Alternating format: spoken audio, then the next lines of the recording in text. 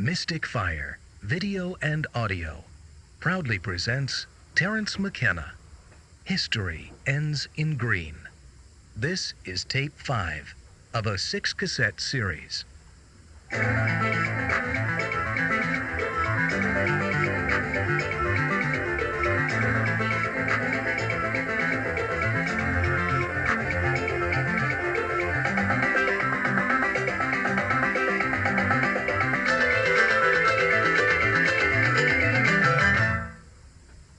Well, this is sort of, I regard this as the freebie lecture that you could sit out if you had a massage, because it's just sort of, it's something which I discovered is one way of putting it, or dreamed up is another. And it's, if nothing else, it demonstrates the slippery nature of ideas.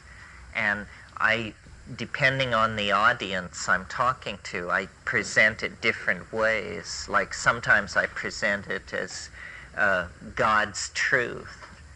And then like in Austria at this art thing, I presented it as a work of conceptual art. Yes, safer, right? So, and it's a concept, it's an idea that small computers, such as we're looking at, came along just in time, or about 5 years after I first needed them. So I'll just sort of talk about it a little bit and feel my way into it. It's more fun to play with than to discuss the theoretics of, but if you don't if you don't have some appreciation for the theory, then it doesn't make any sense at all. The basic notion is, or the way in which this idea parts company from ordinary science, is there is the idea that there is something which has been overlooked in the categorizing of the forces which shape and maintain the cosmos. Something has been overlooked.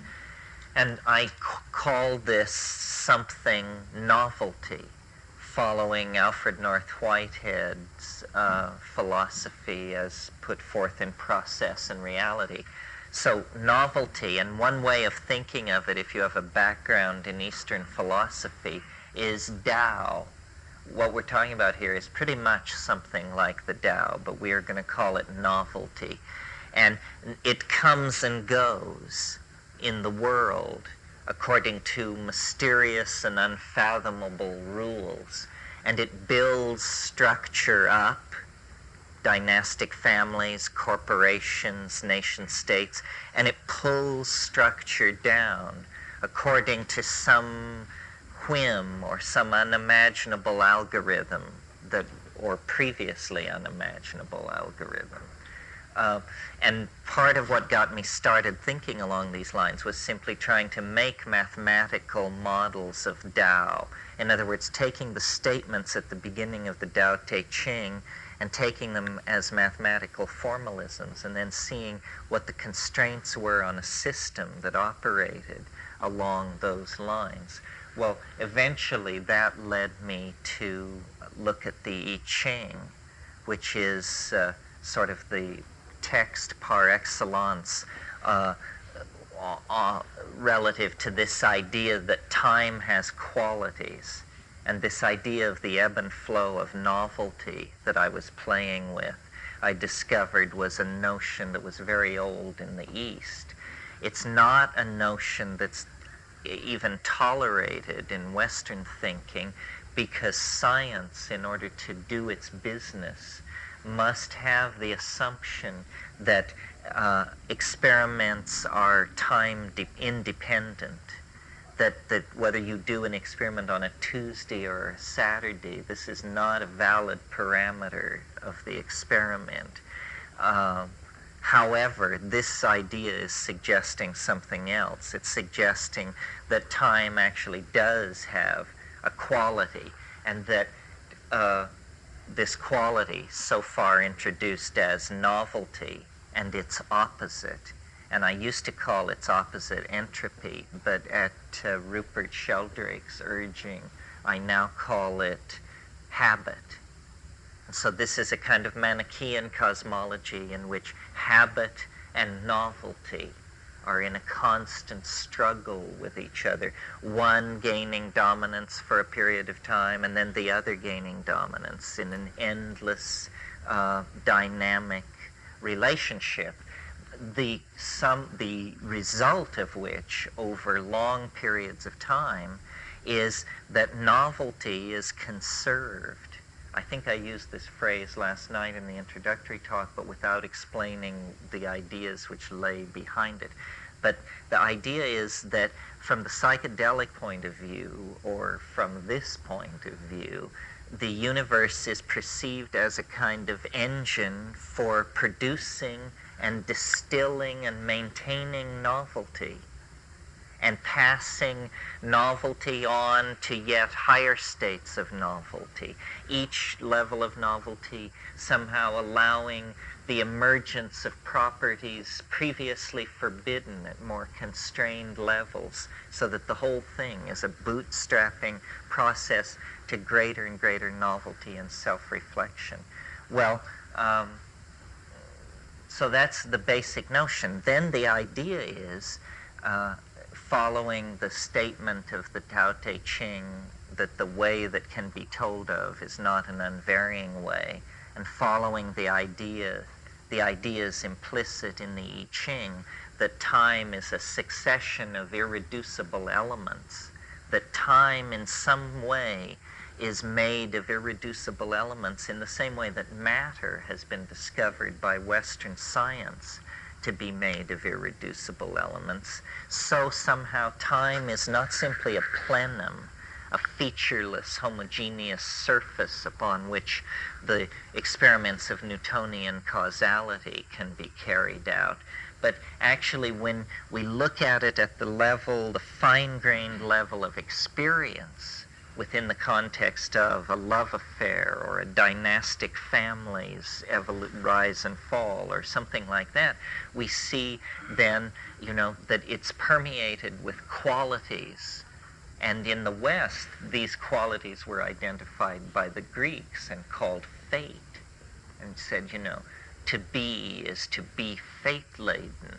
Somehow the fates impinge on our lives and lead us to our destinies. Science got rid of all this, and then we just had, flying atoms whizzing around in nothingness, leading to some inevitable casuistry dictated by mathematics. Well, okay, I don't want to say too much more about the theoretics of it, but inevitably the question comes up once we get into the wave, where did you say you got this wave again? And the answer is it arose from a fairly stoned circumstances, but a fairly dry problem, meaning, I was quite swept away and in the grip of the mushroom and so forth on a scale of weeks and years, not days.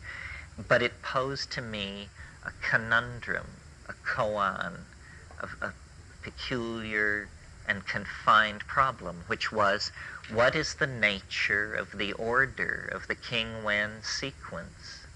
Now, background. The King Wen sequence is a certain arrangement of the 64 hexagrams of the I Ching. And this particular arrangement is very old, found on shoulder bones, 3,500 years old and so forth. So it was simply asking a formal question. What are the rules which produce the King Wen sequence? It's always called a sequence. It's always revered as one of the oldest of human abstractions. But what in fact is the sequence? Well, in looking at that, and I won't try to lead you through it tonight unless in a question and answer period some maniac insists. But what it boils down to is that in the King Wen sequence of the I Ching, there is embedded a fractal algorithm.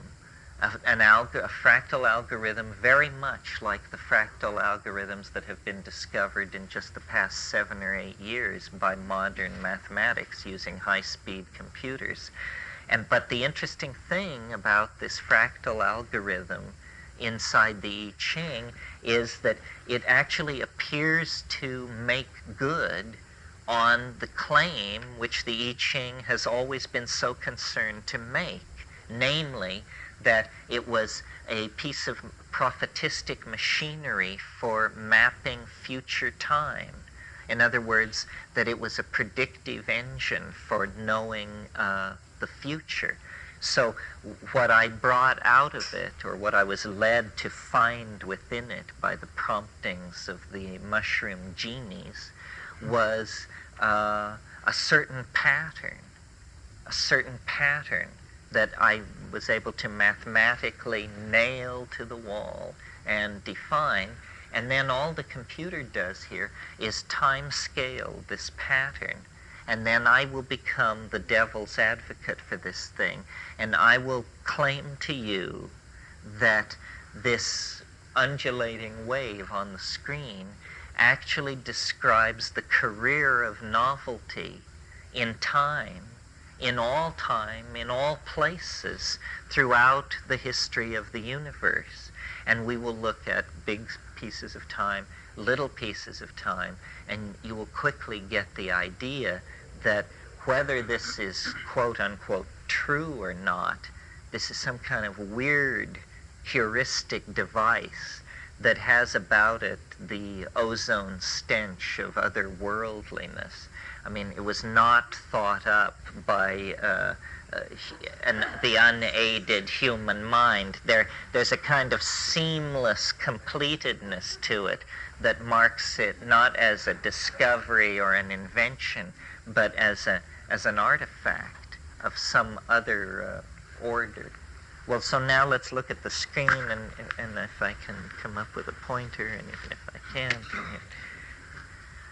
And I'll show you how this game is played, if the software will cooperate. The software is very good. It was written by Peter Meyer.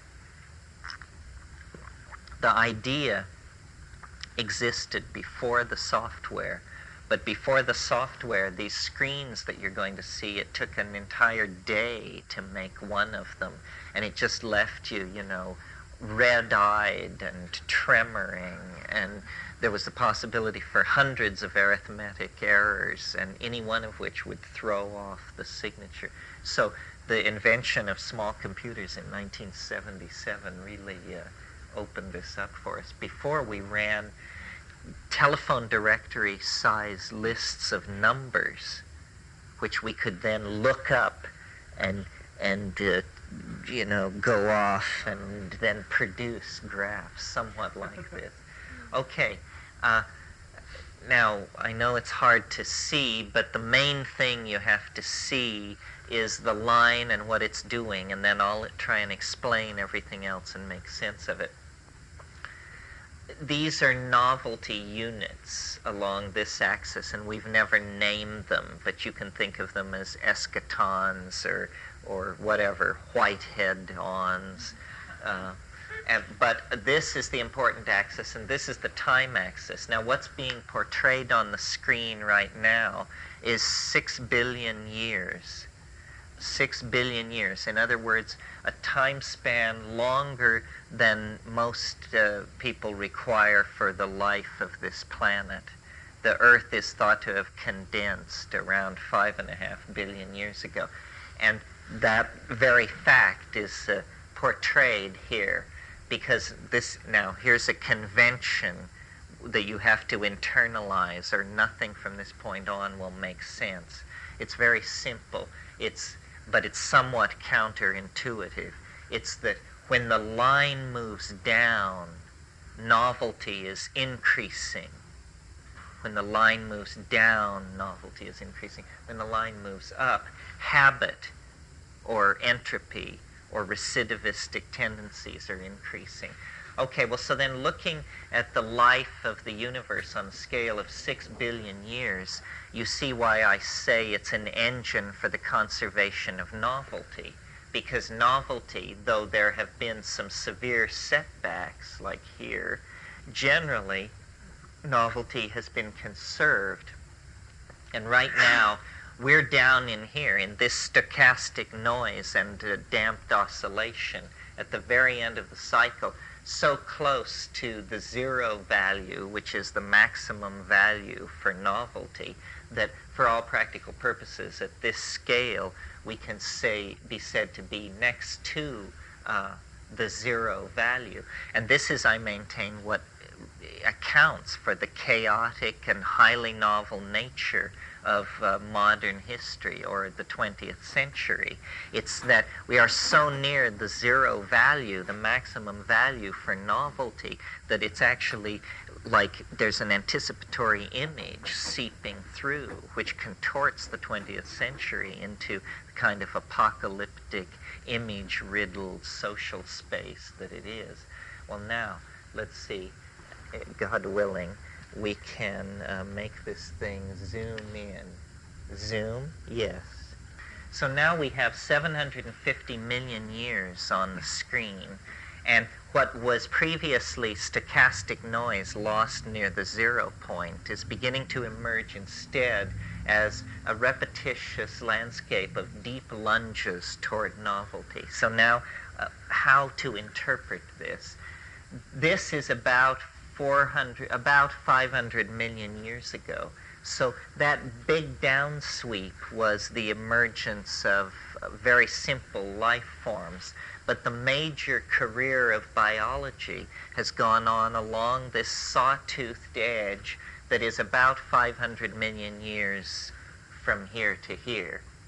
And this is in good accordance with the fossil record. This is where the great speciations and extinctions took place after the establishment of the chordata about 500 million years ago. Okay, now I'll restart the zoom. Do you begin to get the idea of how, what you as the viewer or the jury or whatever should be asking yourself is, does the wave fit my personal interpretation and understanding of novelty as we move through time? Because we're obviously, at this scale, it's pretty much up for grabs. I mean, because we're talking about such generalized events as the emergence of life and so forth. But we're going to get down on it. We're going to enter at some point the cognizable domains of known history. I mean, let's say since the fall of the Roman Empire, or since the fall of Richard Nixon, depending on how long your memory is. Okay, let me get this thing going again here. Here is the last 100 million years. Now, I stopped the screen here because there is an event in the last 100 million years which this thing would have to successfully predict in order to proceed further as a successful theory. It's that 65 million years ago, either there was an enormous volcanic eruption on the surface of the Earth like nothing anybody has ever seen or imagined, or there was a planetesimal impact on the North Atlantic Ridge, which seems to be the more probable candidate for what happened. And this laid down the so-called iridium barrier, and it occurred right here 65 million years ago. It's a perfect hit. In other words, the two cannot be dated precisely enough that we can't say that one is not precisely the other. So this is our first calibration here at 65 million years ago. And actually there was one earlier, I think 170 million years ago, which it also picks up, but we've shot beyond that. So now, and that was the event which caused the extinction of the dinosaurs. Nothing larger than a chicken walked away from this event on the entire planet right here. And it gave the permission for the emergence of the mammals, and the whole phyla of the Earth took a sudden different turn, which was explored along here until about 45 million years ago. And then there was some kind of carrying capacity problem, or who knows what it is. This is really approaching the height of the speciation of the age of mammals. Occurred about 35 million years ago at the bottom of this trough. Okay, so what we're looking at here is 100 million years. And this is the period in which we emerged as a species out of arboreal primates, out of bipedal proto-hominids on the grasslands of Africa. We come out of this, but most of the action for us as a thinking species is on this, this period here toward the very end, this perfect kind of volcanic-looking cone, which I call history's fractal mountain, and which is sort of the signature of the whole wave, as you'll see as we get into it. Okay, now let's again start the zoom, 5 million years. And let's look at this. Because now what it's saying is that suddenly 5 million and slightly further back, there's large punctuation in the novelty on the planet. And we know a lot about this period. And strangely enough, what we know about this period confirms this model very closely, because what these things are known to be are glaciations, which begin on this time scale, and these low points here correspond very closely with the interglacial periods.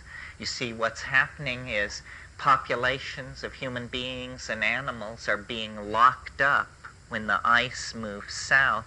Then during the interglacials, these islanded populations are mixing, and you're getting movement, progressive speciation in the fossil record along at the bottom of these gradients. And it's a technical matter to match the glaciations in different parts of the world with this, but the agreement is pretty close. Or, a case can be made. 45,000 years. And let's look at this. Okay, this is a period of time where we actually begin to get artifacts, human artifacts of an interesting sort.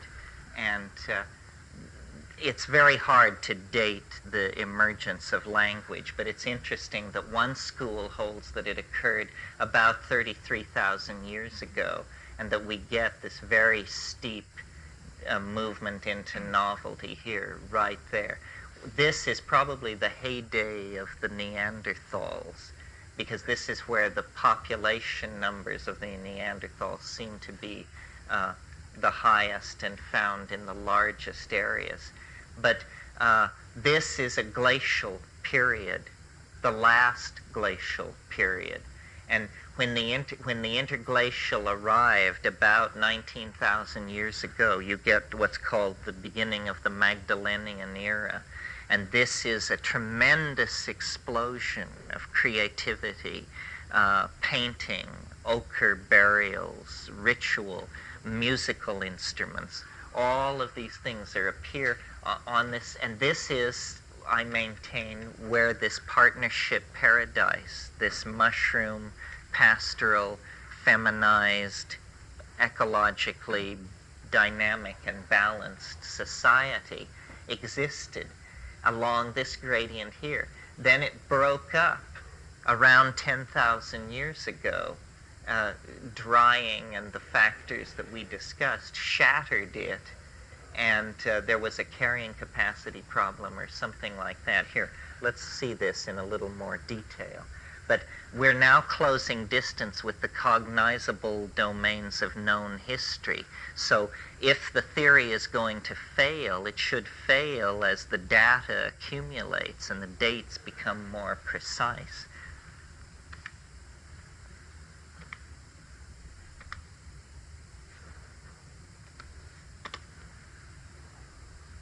We're looking at 45,000 years, 22,000 years, 11,000 years. Let's look at this. Okay, now, what it's saying is that after this carrying capacity problem around 10,000 BC was somehow overcome, and there was a very, very steep descent into novelty, which reached its culmination around 6300 BC.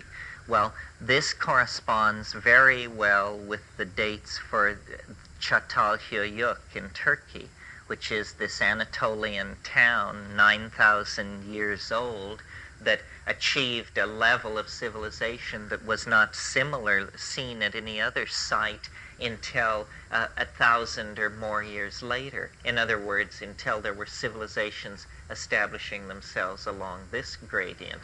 This was the last bastion of the goddess partnership mushroom symbiosis. And what destroyed these people, we know Çatalhöyük level 5 was destroyed in 6500 BC by wheeled chariot people from the north.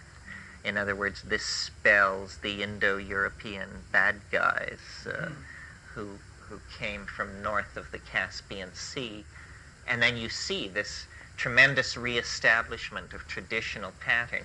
Well, then along this gradient here, you know, when I went to school, what we were taught was history begins at Sumer. This was what we were always told, that it went Sumer, Chaldea, Babylon, Egypt. And in fact, those great patriarchal river-based civilizations established themselves on a gradient down here with Egypt right here at the bottom, establishing a new high water mark for novelty, a high water mark that would not be surpassed until the establishment of the Greco-Roman civilization over here. Along this upswing, what you get are a series of meathead civilizations, the Hittites, the Mitanni, the Assyrians. These are all kick-ass chariot warfare, warrior caste, that rigmarole. All that's going along here. Then there's the great turning point. I mean, here again, you're seeing the signature of the algorithm, and I call it history's fractal mountain. Notice that what I'm saying is that all of history, from the building of the Great Pyramids to the present moment, is portrayed by that much of the screen. And now we can go into this and explore parts of it. Let's look at it a little closer. 11,000 years on the screen. There's history's fractal mountain, 5,000 years. Let's look at this for a minute. Okay, this is 5,000 years. We're still targeted on today. And what it's saying is that there was clearly a great moment, a single great moment of shift at some point in the past when a series of conservative tendencies, habitual patterns of activity were in a sense overthrown once and for all. And even though there was plenty of shit to be slogged through from here to here, the plot was inevitable. Okay, well, so what is that point? Well, it's about 980 BC. So what was going on then? This is the shift to, it's essentially that moment when Mycenaean piracy overwhelmed the goddess religion of Minoan Crete, and the Greeks stopped being fishermen and pulled their boats up on the shore and started to talk philosophy. And that set off a cascade of cultural effects that then reverberate to this day. It comes down along this gradient. Then down here you get the fall of Rome. Then since the fall of Rome, you get this series of wildly oscillating cultural effects until as recently as the European Enlightenment in 1740, when the wave then drops to yet lower levels and begins to explore forms of novelty related to the human-machine integration and electromagnetic technology and so forth and so on. We'll look at this, but I just wanted to call your attention to this. And for another reason, there's a concept here which I haven't talked about yet, but which is good to introduce now, and that is the concept of resonance. Because this algorithm is fractal, because it is self-nested on many levels, you encounter the same topological manifold over and over again. Well, since we're looking at history, it's natural to make the analogical assumption that these repetitious topologies are somehow related to each other, so that there's suggested in this theory a series of natural nested cycles where, for instance, every 67 years, all the themes of the previous 4,306 years are somehow condensed and acted out. And it's the interface and interference patterns set up by these times in the past and in the future, sliding against each other, that create phenomena like fads and fashions and outbreaks of hysteria and weird taste things and ripples in the collective mind. Okay, so this is the signature of history's fractal mountain. Greco-Roman civilization and its spectrum of effects are this long cascade down here. Now let's look at it a little more. 1,430 years.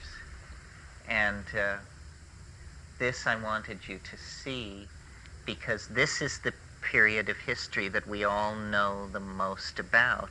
And strangely enough, the wave is very willing to make predictions in this region of history.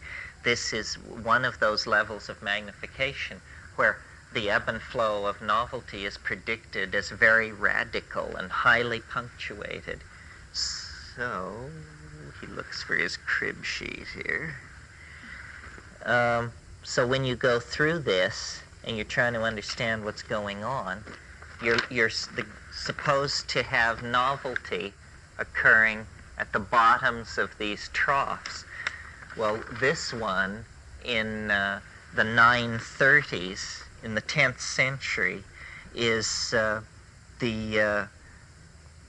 culmination of Islam, the creation of the caliphates of Baghdad, and this was the one where Europe gets left out. All this mathematics and poetry and alchemy is being created down here.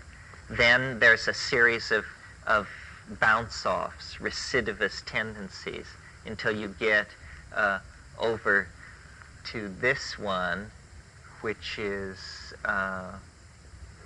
about 1119.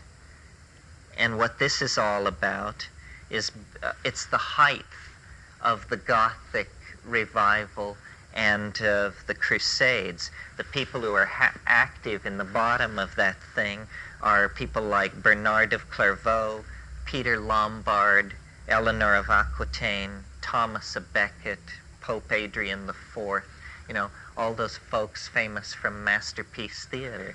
They were all happening right down there.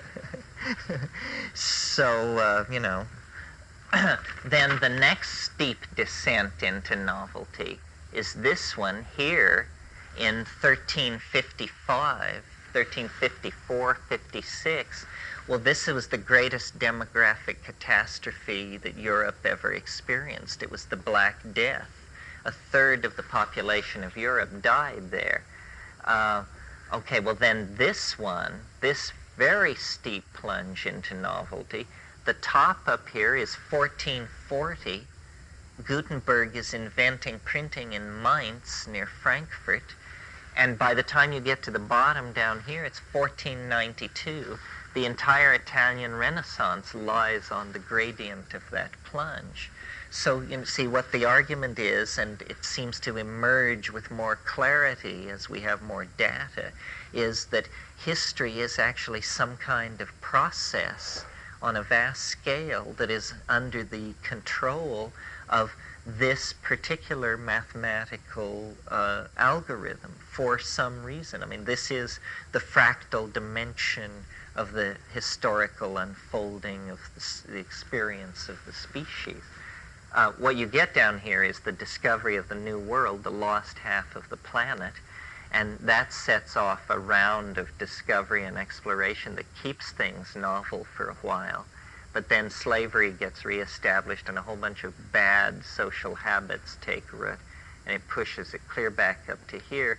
But then this is the beginning of the European Enlightenment, and and it descends very rapidly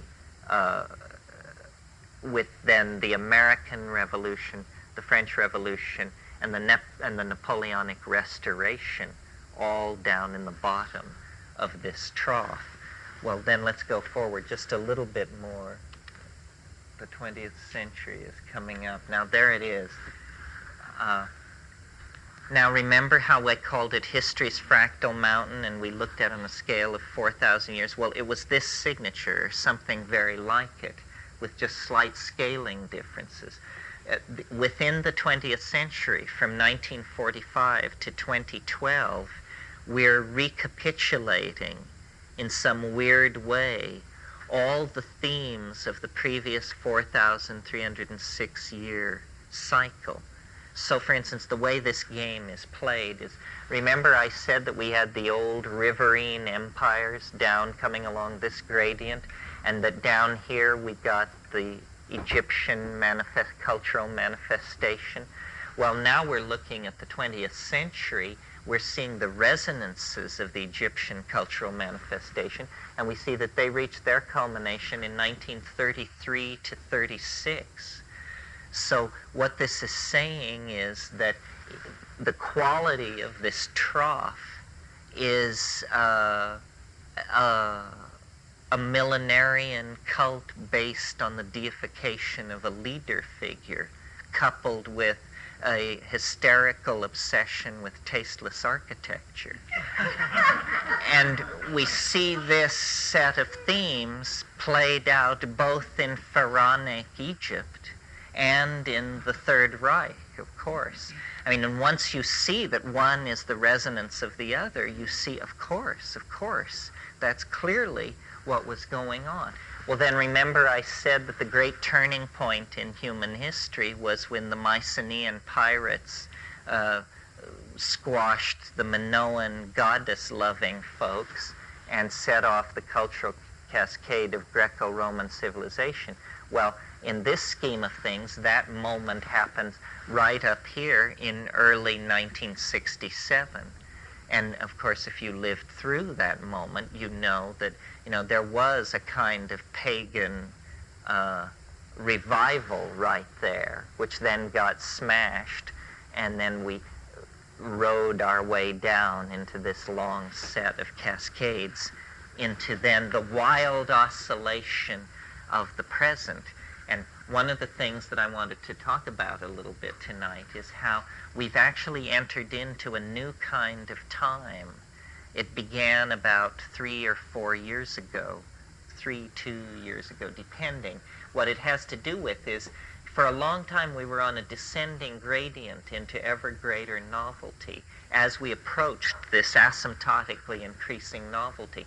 Now we are so close to it that we have begun to oscillate around a mean. And this explains, the end of the Cold War, the breakup of the Soviet Union, a number of things.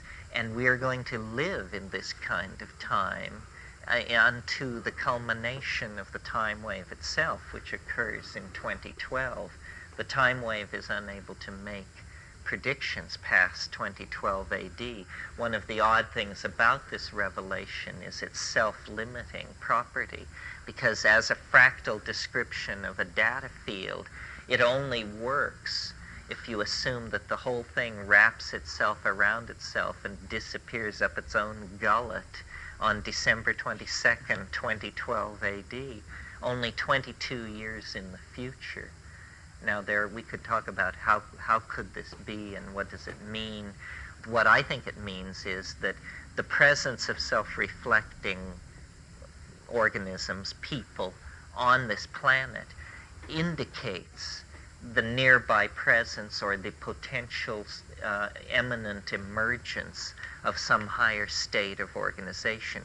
We are not simply the startled witnesses to this emergence of a new level of organization.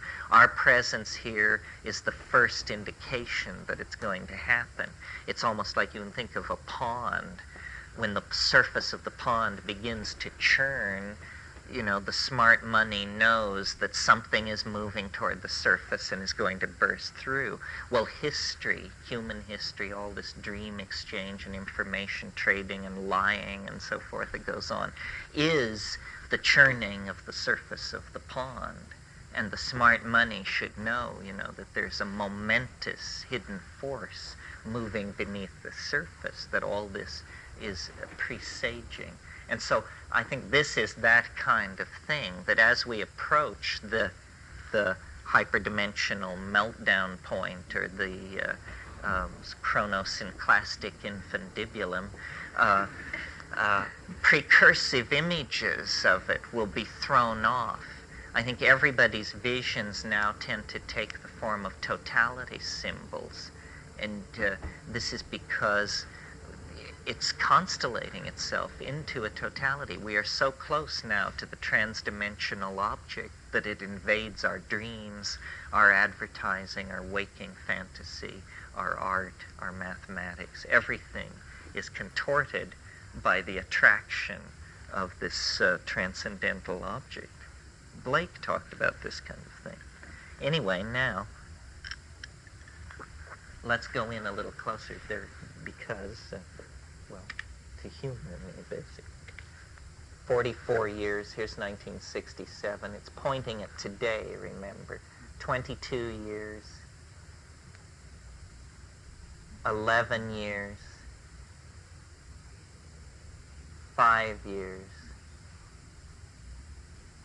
Now let's stop it and look at it for a minute so we can see how we're doing.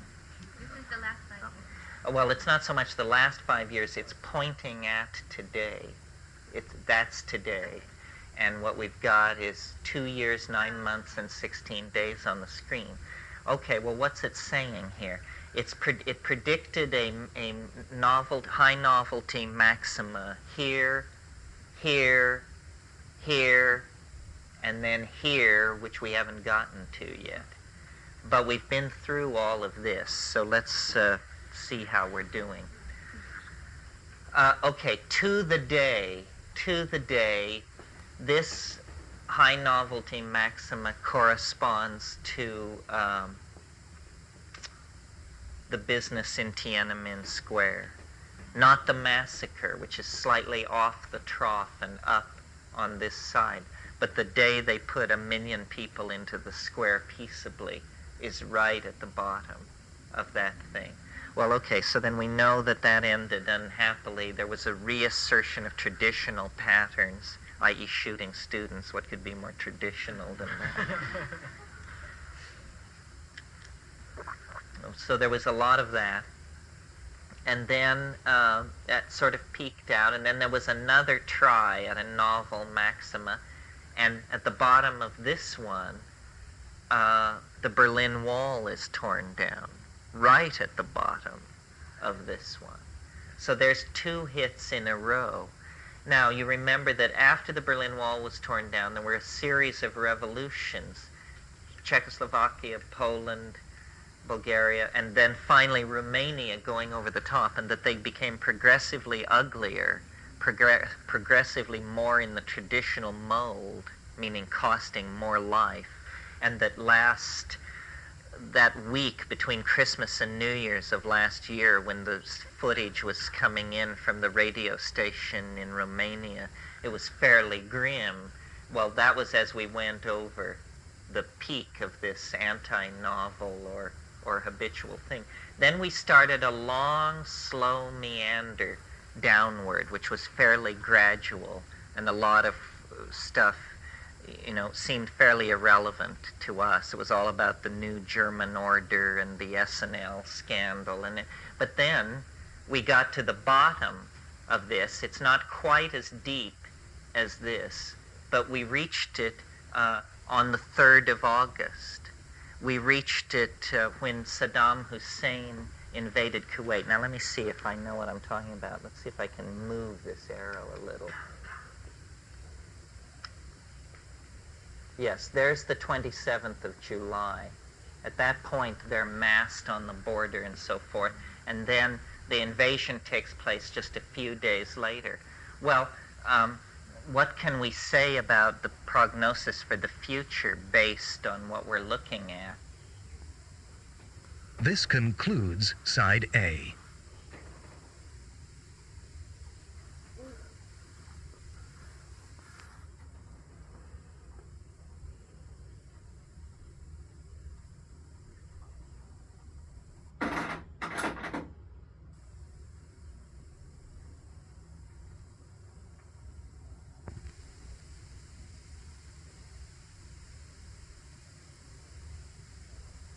Well, number one, I think probably everyone would be advised to stay fairly liquid in their portfolios because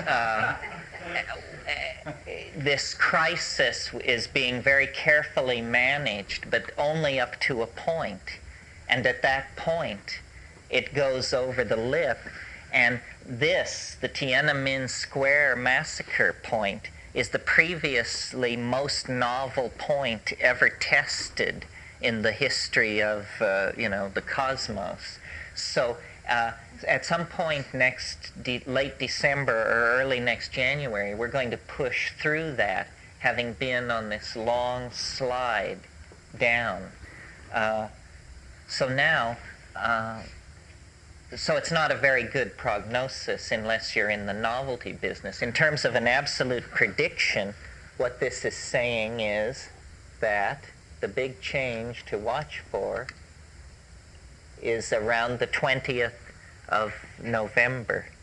The elections will be over the week between the end of and you can feel the momentum, the inevitability of it. I mean, they'll be very hard-pressed to hold it together till then. If we focus in there, let's take a look at that. See how it ripples. See how at the end it begins to come apart. You can't even tell where the top of the peak is because obviously they just get it all piled up, these shitloads and shitloads of bombs and gas and all this stuff. And then it rattles out of their control, and then there's a bifurcation, a phase split, and down she comes. That's when, November 20th? November 20th. So then I thought that this was pretty interesting. So then I want to show you something else. I want to completely change our target date and everything. Let's use the command C. Yes. Okay. What we're looking at now is 200 years. And these 200 years are from 499 AD until 699 AD. Now, why are we looking at these years? Do you remember how in what we were just looking at, I said that we came down, that I said that the Berlin Wall was here, the Romanian Revolution was here, then the SNL crisis and all that, then Saddam Hussein invaded Kuwait here at the bottom of this, and that I expected war to break out at the top of this. Now we're looking at the historical resonance of what we were just looking at before. We're looking at a much larger span of time, and what I want to show you is that when we put it close to where Saddam Hussein invaded Kuwait, that's where he invaded Kuwait, it tells us that the resonant date is 579 AD. The accepted date for the birth of Muhammad is 571. So when you move it to 571, it's only off by that much. So what this means is that this situation in the Middle East, we have chosen to confront this guy at a period when the resonance which backs up what he is doing is the resonance of the birth and career of the prophet himself. Now, when you move it over to the date, the resonance which corresponds with the 25th of November, it's 599. The Hijra was in 622 down there, and then Muhammad didn't live much longer after that. But the gains of Islam were all put in place. I mean, this is the great gradient along which Islam made its major territorial and ideological claims over the last millennium. What does this correspond to in terms of next year? It corresponds to the 30th of March. The 30th of March corresponds to the Hijra and the subsequent death of Muhammad. So what it means is that, in the way that history is both a plotted and unconscious process, we have managed to stumble into a situation where we will probably be sacrificed to the engine of historical inevitability. It's no moment to confront Islam. I think probably Allah will be very merciful to the armies of the Caliph. But, then there's a faction which is saying, oh, well, so is this the end of the world, and is this Armageddon, and yak, yak? No, of course not. All this is practically a memory by 1996 or 7, when whole other problems loom. I mean, no, it's just some kind of crazy military adventure cloaked in the form of a World War II.5 or something. There will be a lot of this stuff, if this wave is correct, as we move toward the millennium and beyond it. Because you see, what's happening is all these historical themes, the birth and expansion of Islam, the rise of medieval Europe, the birth of the machine age, so on and forth, all of this stuff is going to occur in a compressed form between now and 2012 AD. I mean, this is my hypothesis. This is the truly odd notion that the mushroom wants to put forth, that the universe is not going to exist for billions or even hundreds of millions of years into the future, that actually the historical process signifies something loose in the informational domain that is very strictly self-limiting. And so history doesn't go off millennia into the future. History, because of the way in which it is feeds back into technological development, history is some kind of self-limiting process that transforms the material that it works upon. And the material that it works upon are human lives, human destinies. I would never have come to this idea myself. I mean, it's too irrational for me. But when you think, you can then, once it's articulated, make a case for it. I mean, after all, what is the counter case? What do straight people have to offer?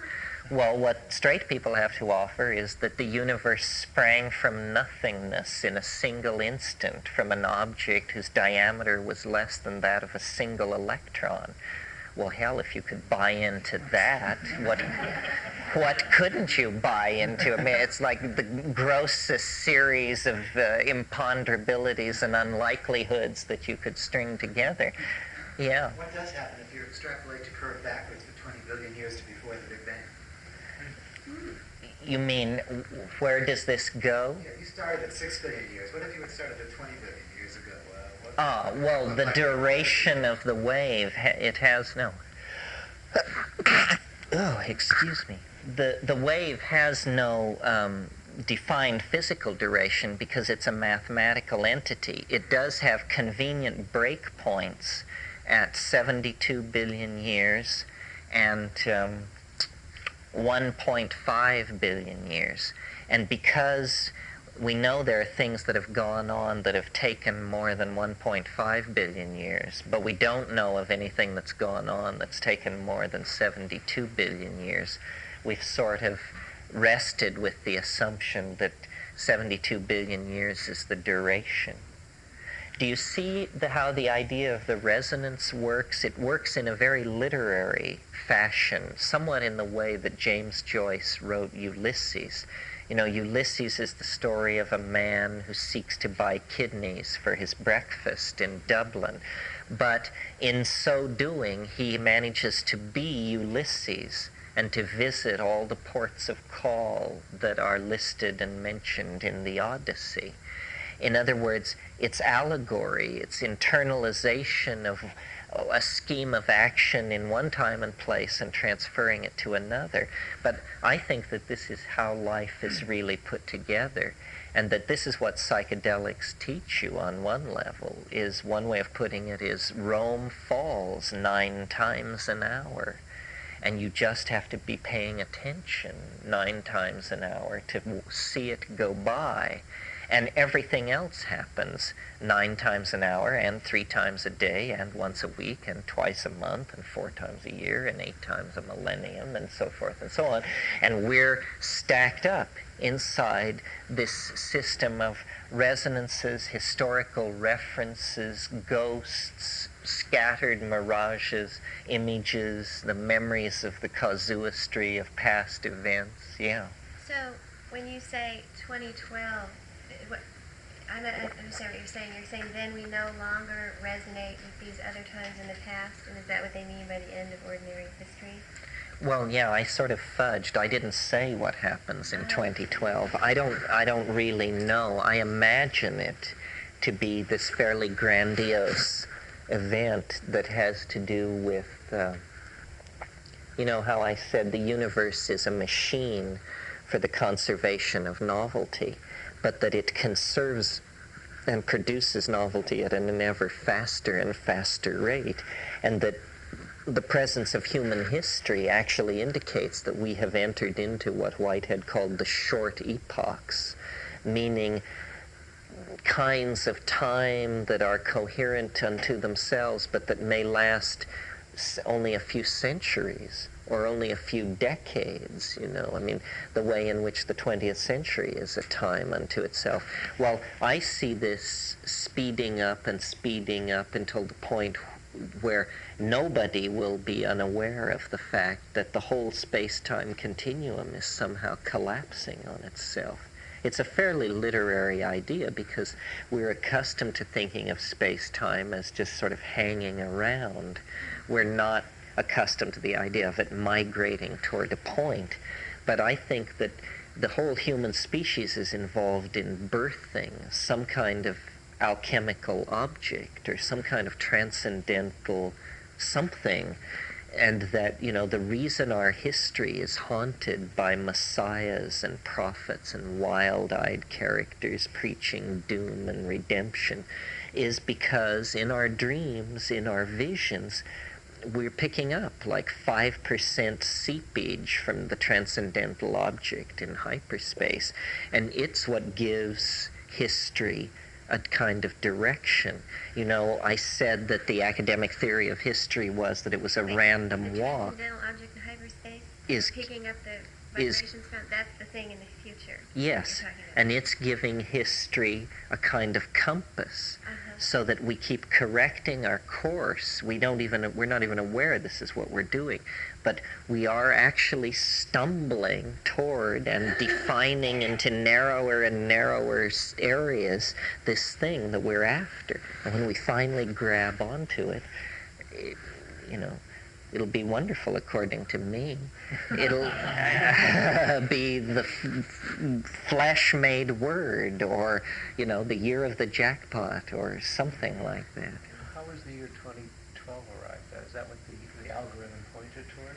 Yes, the algorithm pointed toward that when we sought best fit between the curve and the historical data, it seemed to point toward 2012. Then what was a good confirmation, or a curious coincidence, depending on where you stand, is that the whole Mayan calendrical axis turns out to rotate on the same day, the exact same day.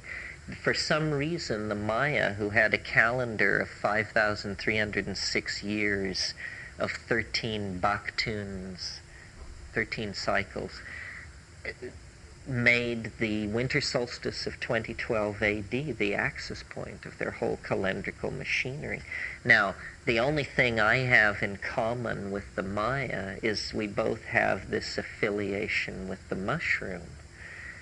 Is it conceivable? It's barely conceivable to me that the message in the mushroom is specific enough that no matter in what time or place you take it, it directs you toward a specific solstitial event and a particular annual journey of the planet around the sun, then the question becomes, well, there are a number of questions, the least of which is, how did they do this? And then the major one is, why?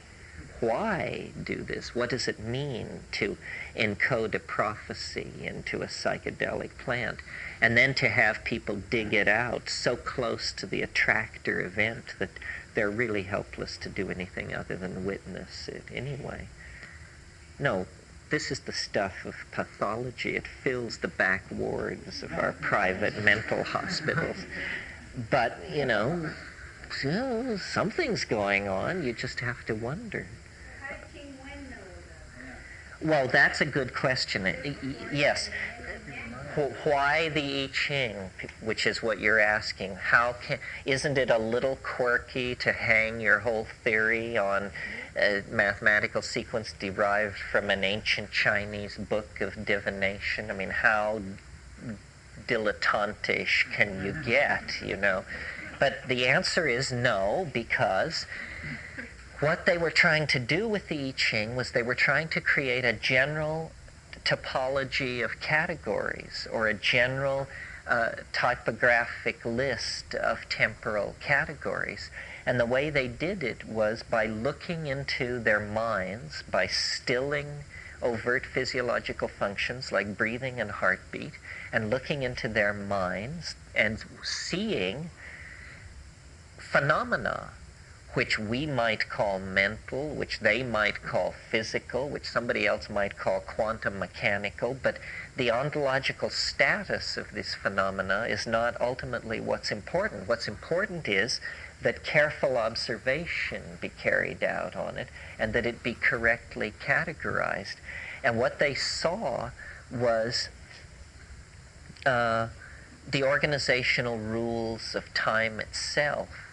And what put me on to the idea that this was not so strange was I noticed a year or so ago, I was looking at sand dunes, and I noticed that sand dunes look like wind. And this is a fairly trivial observation, except for me it wasn't, because I'd never thought it before. I mean, this always is tugging at the edge of your mind when you look at sand dunes, but for me it wasn't overt. Okay, sand dunes look like wind. What does this mean? It means that a physical phenomenon, sand dunes, takes its form from its interaction against a wave mechanical phenomenon, to wit, the pressure fluctuation of wind over time. And then I said, so the sand dune looks like wind because it was made by wind. So then I said, well then, everything in the world bears the signature of the time wave within it, because everything in the world arose within the context of time. So, it's no more odd that we have within ourselves the time wave than that pebbles are round from being rolled in the ocean. It's just a consequence of being in time is to carry the signature of what time is etched upon you, within you. And so these Taoist yogas or proto-Taoist yogans were looking at the organization of mind and seeing the archetype of organization itself, because mind is some kind of fractal energy phenomenon that arises within the larger fractal context of organic nature, which arises within the fractal context of, electromagnetic forces or whatever. So it's what starts out looking like a miracle, that the King Wen sequence could have a magical wave inside it that would describe human history, ends up looking like a kind of unavoidable and trivial fact writ large over the face of all existence, that all objects in time have internalized within themselves images of the larger process in which they are embedded. Yeah, Ken. Yes, there are sequences other than King Wen, and there are systems other than this. And I think it's a groping. You know, we're trying to see pattern. And no pattern is wrong, but no pattern is all of the pattern, at least not yet. One of the quotes that I'm fond of using vis-a-vis this and the psychedelic experience is something that Alfred North Whitehead said about understanding. He said, understanding is apperception of pattern as such. That's all. As such. So if you look at this room and you look at women and where they're seated, you learn something about the people in this room. There's a pattern to how the women are seated. If on the other hand you look at the pattern of people who wear glasses, that's a different pattern. It also tells you something about the room. And there is just pattern upon pattern upon pattern. The people with blue eyes, where the Jews are sitting, where the Irish are sitting, you know, the older people, the younger people. There's no limit to the number of patterns that can be extracted from a situation. And each one somehow gives us more control over the situation. So what this is the pattern to process. We know that there's a pattern to process because we have a very simple model like this in English and in most languages. It's that most of us agree that most things have a beginning, a middle, and an end. And, you know, if we're in the beginning, we look for the middle. If we've passed the middle, we're looking out for the end. This means we have a theory of process. And in a way, when you look at history's fractal mountain, it looks like the single discharge of a nerve. All it is a beginning, a middle, and an end. And process can probably be broken down to that simple a level. But then, of course, as William Blake said, attend the minute particulars. It's all in the details. This is what psychedelics teach, I think, is it's all in the details. Getting there is half the fun. The experience of life is in the fabric of it, you know, the actual tactility of the passing moment. Yeah. What does the pattern look like between now and 2012? Between now and 2012, let me see if I'm still together enough to get such a thing together. Has this ever been correlated with astrology? Oh yeah, different people have looked at it. Let's see, specify target date. Let's say the first month, the first day of 1995. Let's say of 2000. Okay, and we're over here. We're poised up here. See, we're about to make the big descent. This will give you an idea. This was a good one to look at because this both gives us the perspective, because it's hellish. Now there's that's January, February, that's the 2nd of March. January, February, that's the 2nd of February, 1992. That's when all of this stuff is maximized. It's a long way in the future. All of 91, see, is down along here. Where we are now, well, there's the projected date when the war goes over the hump. We're down here, 9/29/90. But approaching this extremely low level of novelty, which I suspect is, you know, this huge expansion of the power of Islam and probably not so much good for America and the American banking industry. But then we have to live through all of this stuff, a huge series of fluctuations, well past the turn of the century, before finally we get on the long slide. And, you know, it's fairly spectacular. It's an effort to explain the sense of time speeding up, the sense of the acceleration and into deeper and deeper connectedness. It obviously can't go on for centuries. It has to halt at some time in the past. But What our attention is going to be riveted on for the next little while is this, because this is the deepest level of novelty ever explored to date. There's where we are on the 10th of January, having come from clear up here as recently as the 25th of November. If where we are now relates to Muhammad's birth, Mm-hmm. then where do we end up in 2021? 2012? Relationship backwards. Oh, well, then it all comes together, see? I mean, like in late 2011, we cross over into a 384-day period in which all these themes are recondensed again. See, here it shows that what we're progressing through, we still have to go through the medieval period. We'll do that in 96, 97. Dark Ages. The discovery of the New World occurs up here in 2005. And then, the Industrial Revolution, 2009, so forth and so on. So it's a very steep compression.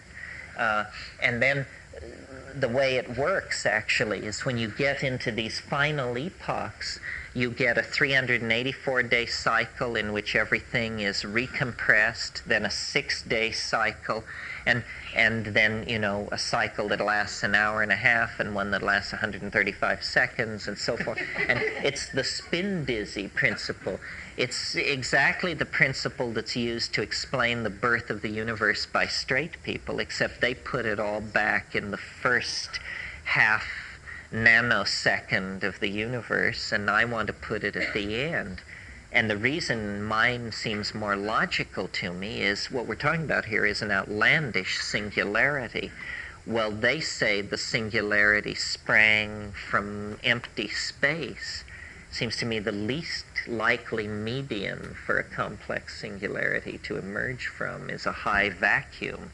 More likely that a singularity would emerge from a teeming world of human beings and machines and psychedelic drugs and jungles and ecosystems, and that in a super rich informational matrix like that, something might suddenly crystallize out that would be absolutely improbable and fulfill the need for an attractor, a vector for novelty. Yeah.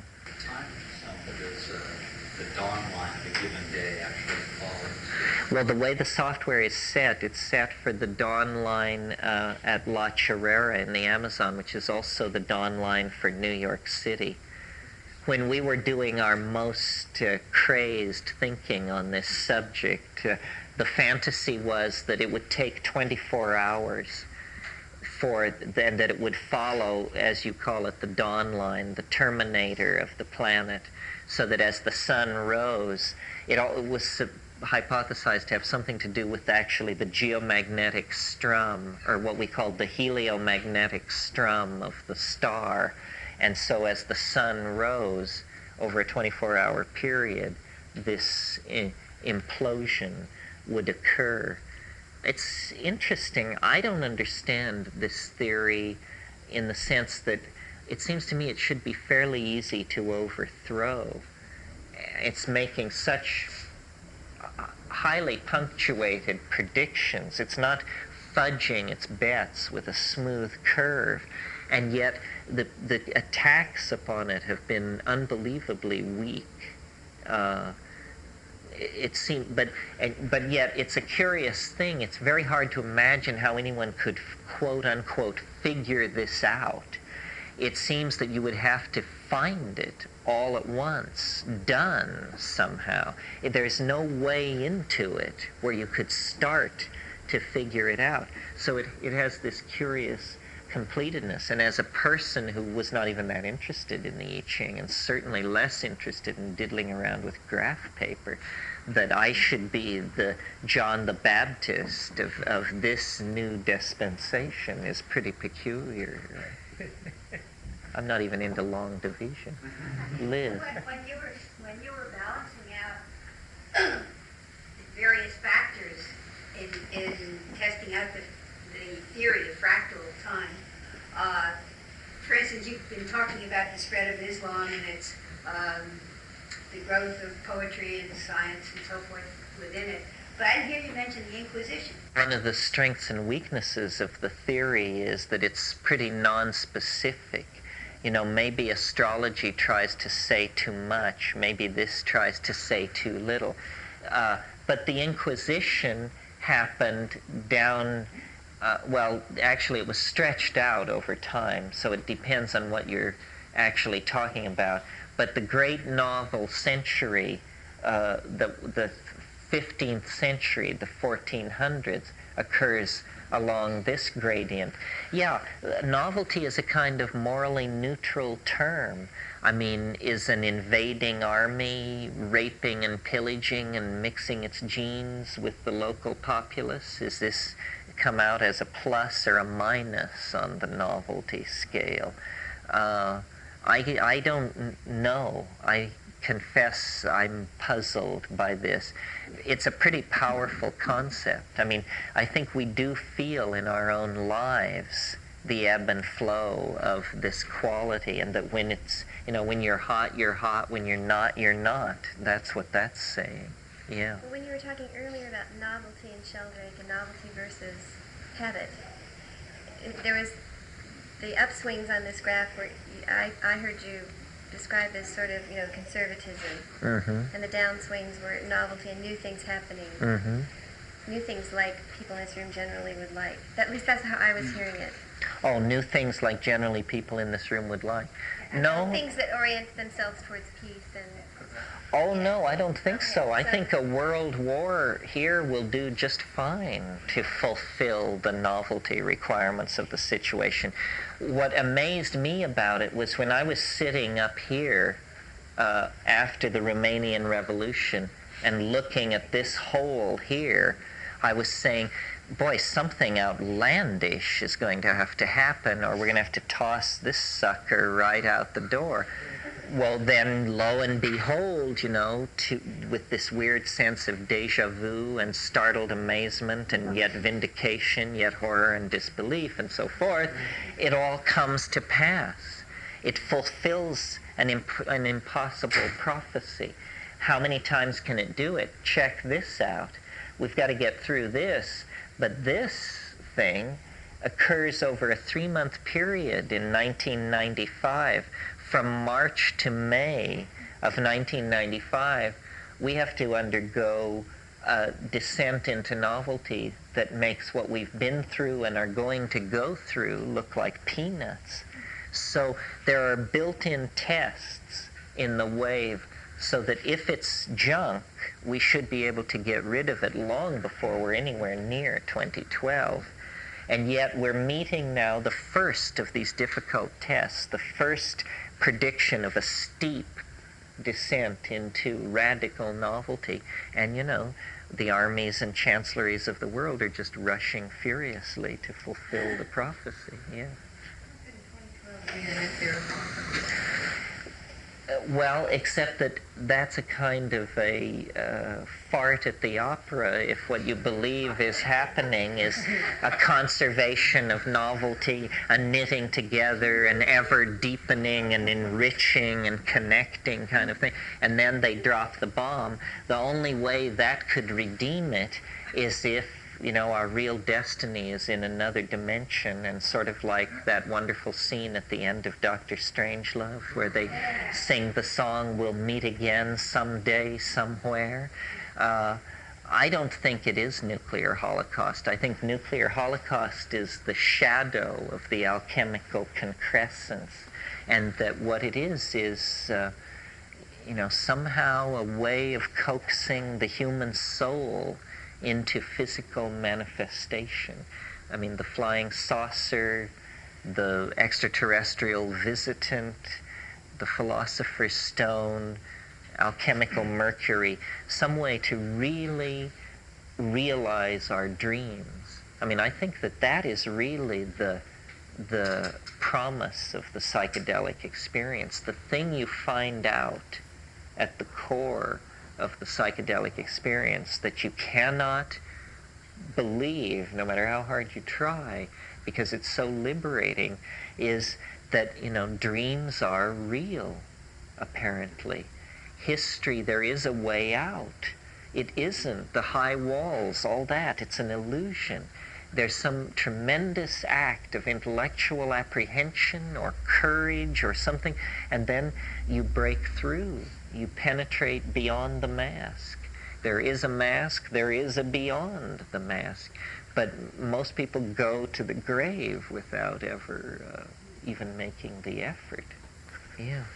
Kind of pictogram matrix. Have you tried superimposing it on any other phenomenon, like a heartbeat on an EKG or an oscilloscope readout of music, or anything that you could give form to another waveform? Yeah, the way I think of it is all phenomena are describable within this wave matrix. And when I was at my most illuminated or loaded, or however you want to put it, I could actually see it overlaid over reality. I could actually see that people are knots of novelty in local genetic space. The local space is largely empty, and then there are these knots of space-time where genetic expression and protein transcription is going on. And these are people, and they represent, this extreme concrescence of novelty. Well, then, if you're in a city or something, you see that it is a larger yet more diffuse knot of this same kind of novelty. And, I don't know whether you're losing your mind or assimilating a wave mechanical way of looking at things, but this is it comes close almost to some of the ravings of Carlos Castaneda, that there's a way of shifting perception and processing information, and then you see that, people are interlocking networks of light. They are confluences of casuistry, both in space and time as well as in matter. And no, I was quite into all of this. And it sort of sticks with me. It's model building. Yeah. I see the relationship between chaos and novelty, but this seems like such a rigid order to me, and I don't see a balance in chaos to it. Do you know what I'm saying? Well, it's rigid on one level and free on another. What's rigid about this is that it says where the novelty will occur. What's open about it is it never says what the novelty will be, so that, Saddam Hussein could probably avert a world war by just announcing that he's going on a world ballet tour, and that would be so novel that the wave would be fulfilled and the war averted and his touring ballet company. What? He could be assassinated, although that isn't, in his situation, that wouldn't exactly be absolutely startling. It would be a fairly traditional pattern asserting itself. But you're right, assassinations are interesting because history comes to such a micro pivot there. I find assassinations very interesting. They're very little wear and tear on innocent people, you'll notice. That's why it's so little favored as a way of settling political problems.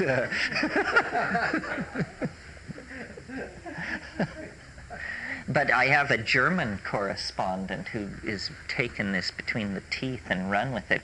And he sent me a bunch of assassination printouts on a scale of 30 days. The assassination of John F. Kennedy, Wallenstein, Himmler, a bunch of people. And they're, it's tantalizing. I don't know what to make of this. It's reasonable that large-scale phenomena like history, like glaciations, would be under the control of recursive laws, algorithmically expressible laws. The hard swallow is to think that you've actually figured one out, and that this is it, and that to the exclusion of all other values, these values somehow define it. But I think that thinking of history as a novelty-conserving journey of return to the green mind is a much more helpful, existentially anchoring notion than to think of it as a chaotic, trendless fluctuation toward self-immolation. You know, just a drunken person wandering around in a dynamite storage area, which is sort of the other model being peddled. Because I believe that there is a purpose, that there is some kind of telos working its way out. I won't get all dewy-eyed about it. I don't even know why or what for, but I just know that statistical models of how human reality works are completely inadequate. I mean, the way most people experience magic in their lives is through the phenomenon of falling in love. And it's highly statistically improbable the way it works. I mean, you know, you can be the guy who sweeps up in the mailroom, and every day you see the boss's daughter alight in her Rolls Royce to be swept into the executive suite or some nonsense like that. And by merely forming the wish to be with this woman, you know, then coincidences begin to move, promotions occur, deaths occur, mountains are moved, and before you know it, you know, the princess is delivered unto your arms, for better or worse, one might add. I mean, you need to be very careful about what you wish for, because you usually get it. The rule about wishing seems to be, it's a kind of a quantum mechanical process, and no jerking is allowed. The key to having your wishes fulfilled is slow, steady pressure. You know, and if you can hold an image for 2 or 3 years, it hardly matters how outlandish it is. It will probably be delivered unto you in fairly good order. So I'm struck by this, by the microcosm aspect of it, which is very Taoist. Yeah, that this goes right down from the level of Planck's constant right up to the size of the universe. And it's saying the same patterns, the same processes are recursive and are nested, and basically the all-rightness of everything. Because what it shows is, you know, this is a fairly chaotic wave. It looks stochastic, but it's manipulated in such a way that out of its disorder emerges a very elegant, self-reinforcing, self-refining order. And that's what I see in the universe. The universe is this same kind of thing, saving novelty, refining connectedness, streamlining itself for further journey into time. Well, that's enough of that, I think. Please continue to tape 6.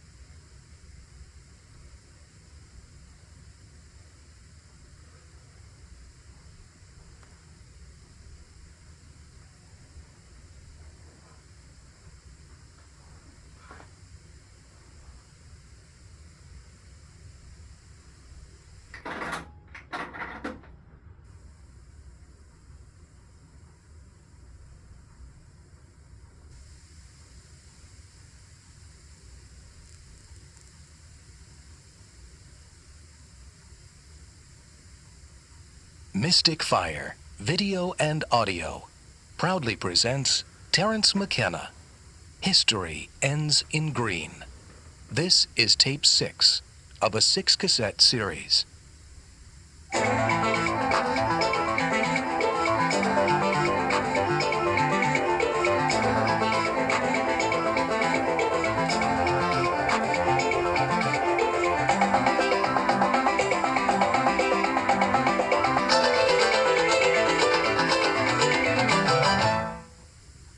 Well, what else is hanging for anybody this morning?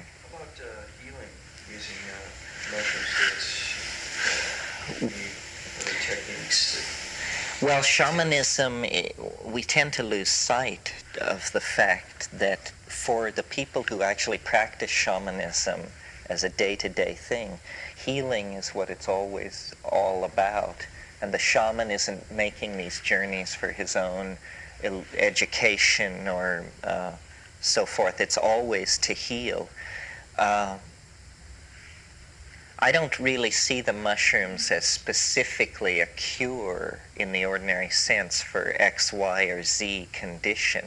It's more that in the psychedelic state, this is kind of hard to articulate and sounds like mumbo-jumbo, and maybe it is.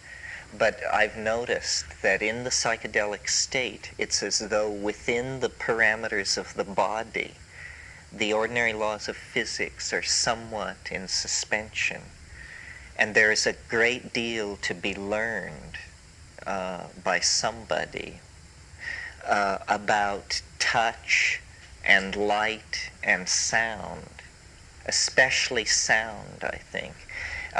Sound, to me, is the key to understanding and going deeper with the psychedelic thing, not only in the healing modality, and in that case it's about sound directed into the body, because we do have extraordinary senses on psilocybin and on these other tryptamines, and I'm not mystical or woolly-eyed about this, and I don't make any claims about what senses.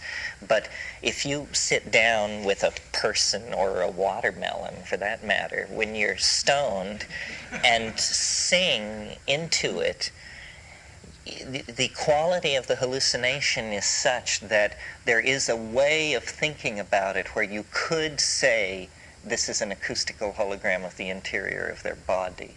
I don't say that. I just say, my goodness, isn't it strange that I seem to be able to see the inside of the watermelon when I'm doing this. Touch. I'm not an aura man under ordinary circumstances. I'm not sensitive to these things that you have to be sensitive to. If you have to be sensitive to something, that's not for me, because I'm basically insensitive. But nevertheless, there do seem to be qualities of density to the energy around the body. And I suppose, I'm not really an experimentalist in these areas. Like, I don't immediately grab somebody and start kneading them and working them over. I tend to just sit and watch. But I do see all these possibilities. Sound has such, sound does pierce, non-dense objects and return an echo. And we may have neurological processing capacity that we're unaware of or that is ordinarily suppressed.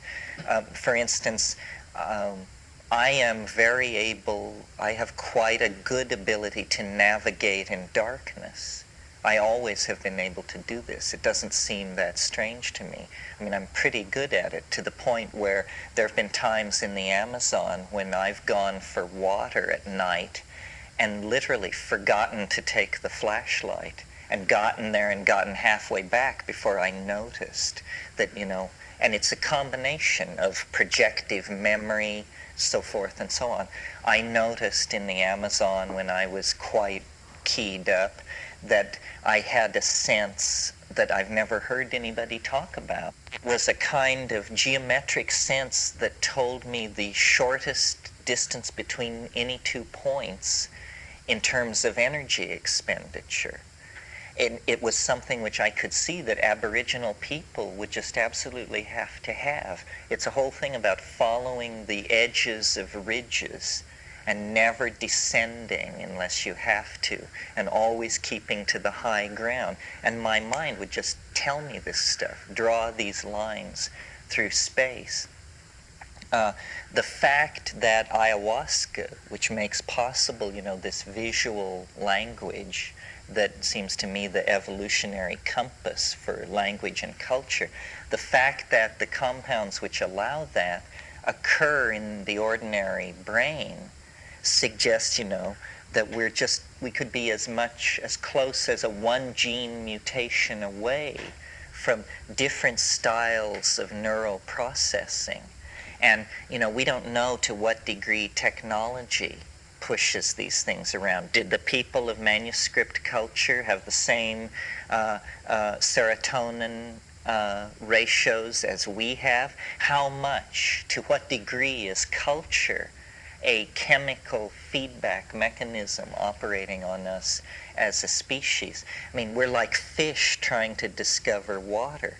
These are fairly subtle issues, but the payoff is being able to design our way toward a more humane culture. Because what the psychedelics are teaching on one level, I think, is that our prison and our palace is language, and that to date we have just allowed it to grow like topsy because it was like an unconscious function. But it no longer need be an unconscious function. After all, we are now writing languages like crazy for computers, defining for them what concepts they can and can't think, what forms of logic, what algebras shall and shall not be permitted. We need to also think about, taking control of the design process of language. Up to this point, the only people who have gotten onto this principle have been fascists of one sort or another, either Joseph Goebbels and his crowd, or advertising weasels, or people like that. Everyone else has been sort of the victim of the linguistic agenda of those cliques. It's like the Bob Dylan song, the strong men make the rules for the wise men and the fools. Well, if the rules are syntactical rules, then nobody even realizes they've been hijacked and held up. It's just that, you can't think any other way, so why do you have this itch that you can't seem to ever scratch? Well, it's because, it's freedom calling out to you from the unconscious. I don't really talk about all this with any sense of urgency. One of the issues that sometimes comes up, or often comes up in these groups is, am I saying it's all okay? Is it all okay? Is there a political agenda?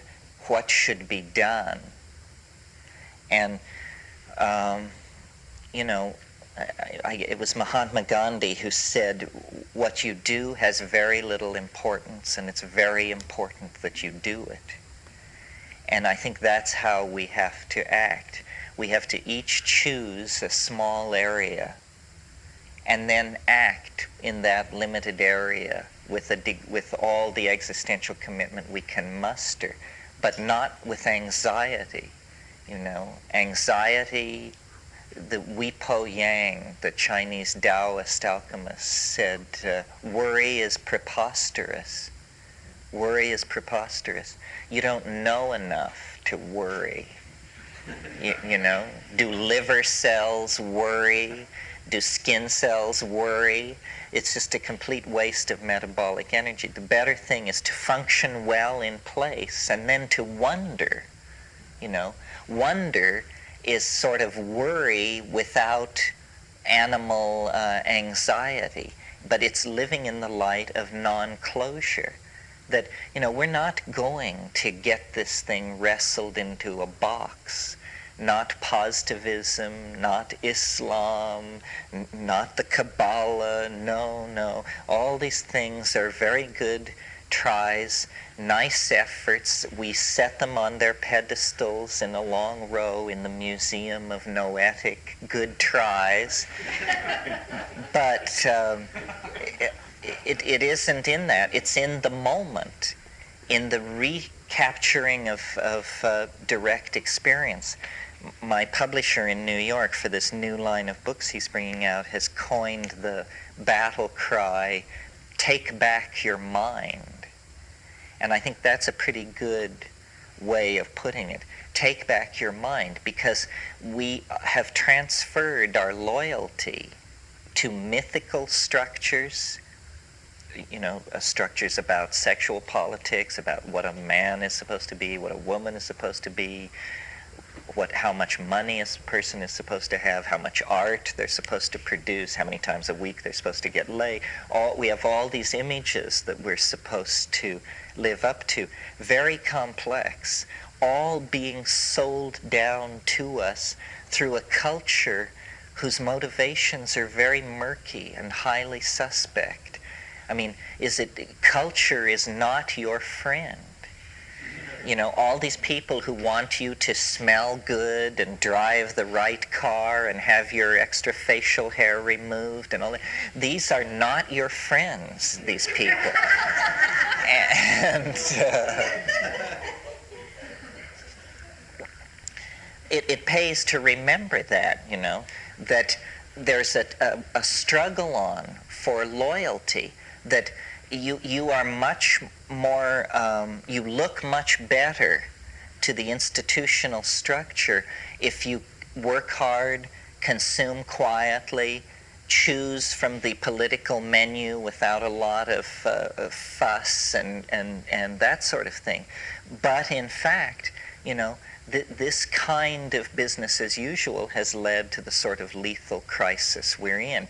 Our real problem, well, it's two things which are two sides of the same coin. It's ego and an inability to emotionally connect with the true outline of the situation. Because the true outline of the situation is fairly horrendous. It's that somewhere around 1945, or you name it, but that seems all right, we began to loot the future as a strategy for survival. As some kind of ethical norm was shattered, in the same way that in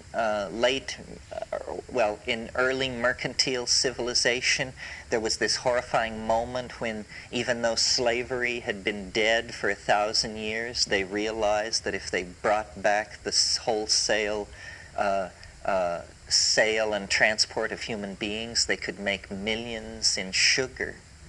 And it was like the heart of darkness reared up, and they went for it.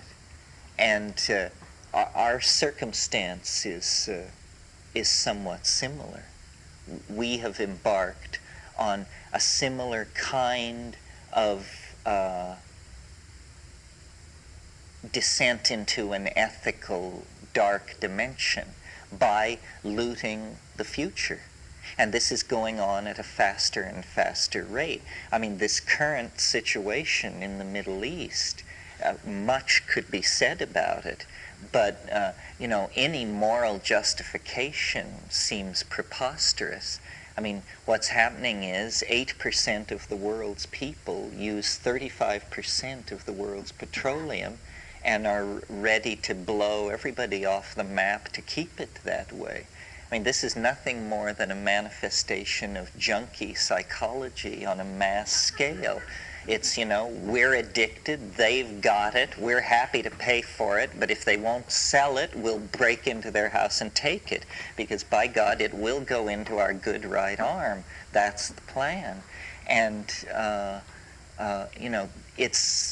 it's the culmination of the whole machine age metaphor. I mean, this is the golem of Metropolis. This is the robot mind run amok. This is Frankenstein. This is Brave New World. It's a world where lethal habitual activities can nevertheless not be controlled. And it's a perfect example of a culture with lockjaw of the mind. I mean, we're just going to march off the edge of a cliff, apparently. 3 days ago in the New York Times, the American estimates of casualties in the first 30 days of successfully invading Kuwait and Baghdad were published. 50,000 American casualties in the first 30 days if we win. This is the number of people who died in the Vietnam War over the whole stretch of the war. Well, so then if you win means, you know, standing in the middle of a sea of fire with 550 million enraged Arabs looking to cut you down. It's a complete misunderstanding, and I mention it not only because it looms large in our future. I mean, I think, you know, we're arranging the deck chairs of the Titanic sitting here talking about this. It's basically June of 1939 and everyone's planning their summer vacation in the Catskills.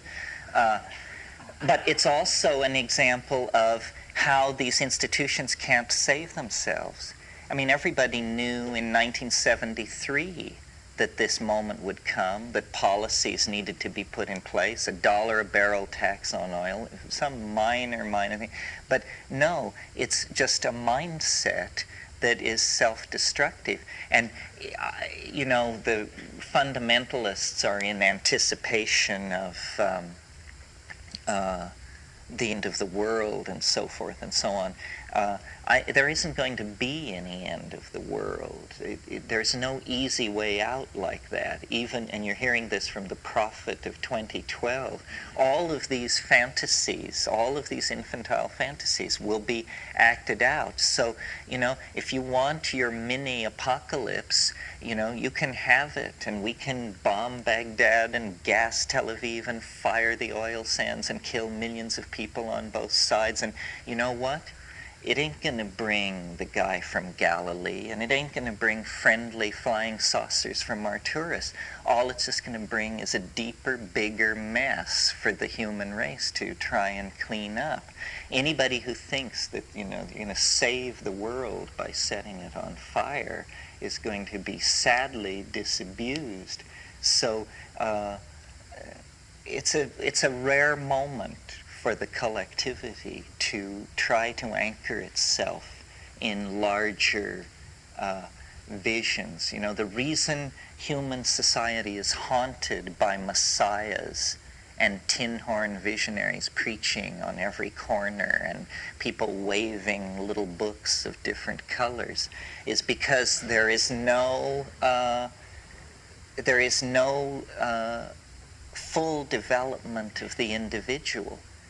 There's this kind of arrested, prolonged adolescence, and it's created through institutions. Institutions are a demonic force in human life because they give permission for us to cease developing and to put our loyalty behind some weird creed that has been worked out, usually by a bunch of guys wearing dresses. And then they, you know, hand it down to the rest of us. Anarchy and chaos, you know, anarchy is always just, that's, you know, surely not, my dear fellow. That's so awful to contemplate. But what it's coming down to is a real make or break revelation on what is human nature. You know, the French cartoonist Mobius asks the question in one of his books, is man good? And he answers it sufficiently seasoned and marinated, yes. But, you know, we're actually going to get the chance to answer this question. because all barriers to the expression of our will, our vision, our dream is falling away. And, are we some kind of anti-life, sadomasochistic, suicidal contradiction? Or, can we break through the millions of years of primate programming and alpha male hierarchical dominance and so forth to actually uncover the angelic force that we glimpse within ourselves, that we glimpse with high definition? I mean, it's really there. If there is a demon in human nature, there is surely equally an angel of equal power. So then it's just about breaking this free. And I don't think it can happen in the monkey body on the surface of this planet. Somehow there has to be an act of surrender to our own nature, and then concomitant with that, a kind of making of a peace with nature as it is. And I don't know how to envision the future. In the past year, there's been a lot of flack about virtual reality. And does this hold any hope? And, if we think of the virtual reality thing as a wave, 6 months ago I would say it was very up. Now enough people have done it to be disappointed, and a bunch of people are saying, holy shit, you must be kidding. This is going to save us? Because it is hokey and crude and mechanistic and, surrounded by a clique of visionary weirdos with a strange light in their eyes that you probably wouldn't want to leave alone with your chickens. But nevertheless, I count myself one of these people, so... But still, there are some interesting ideas. The thing is, there is going to be some kind of fusion of technology, spirit, and mind. I mean, the drugs of the future will be more like computers. The computers of the future will be much more like drugs. And we're beginning to see this. When you crawl inside a virtual reality rig and discover, that it's taken $200,000 worth of equipment to make you think that you're walking around in an unfurnished office of a third-rate bureaucrat somewhere, it looks pretty grim. But on the other hand, when Henry Ford built his automobile, the main objection people had as to why it would never catch on was there are no roads, and he admitted this was a barrier, but clearly had a grander vision than everybody else he was talking to.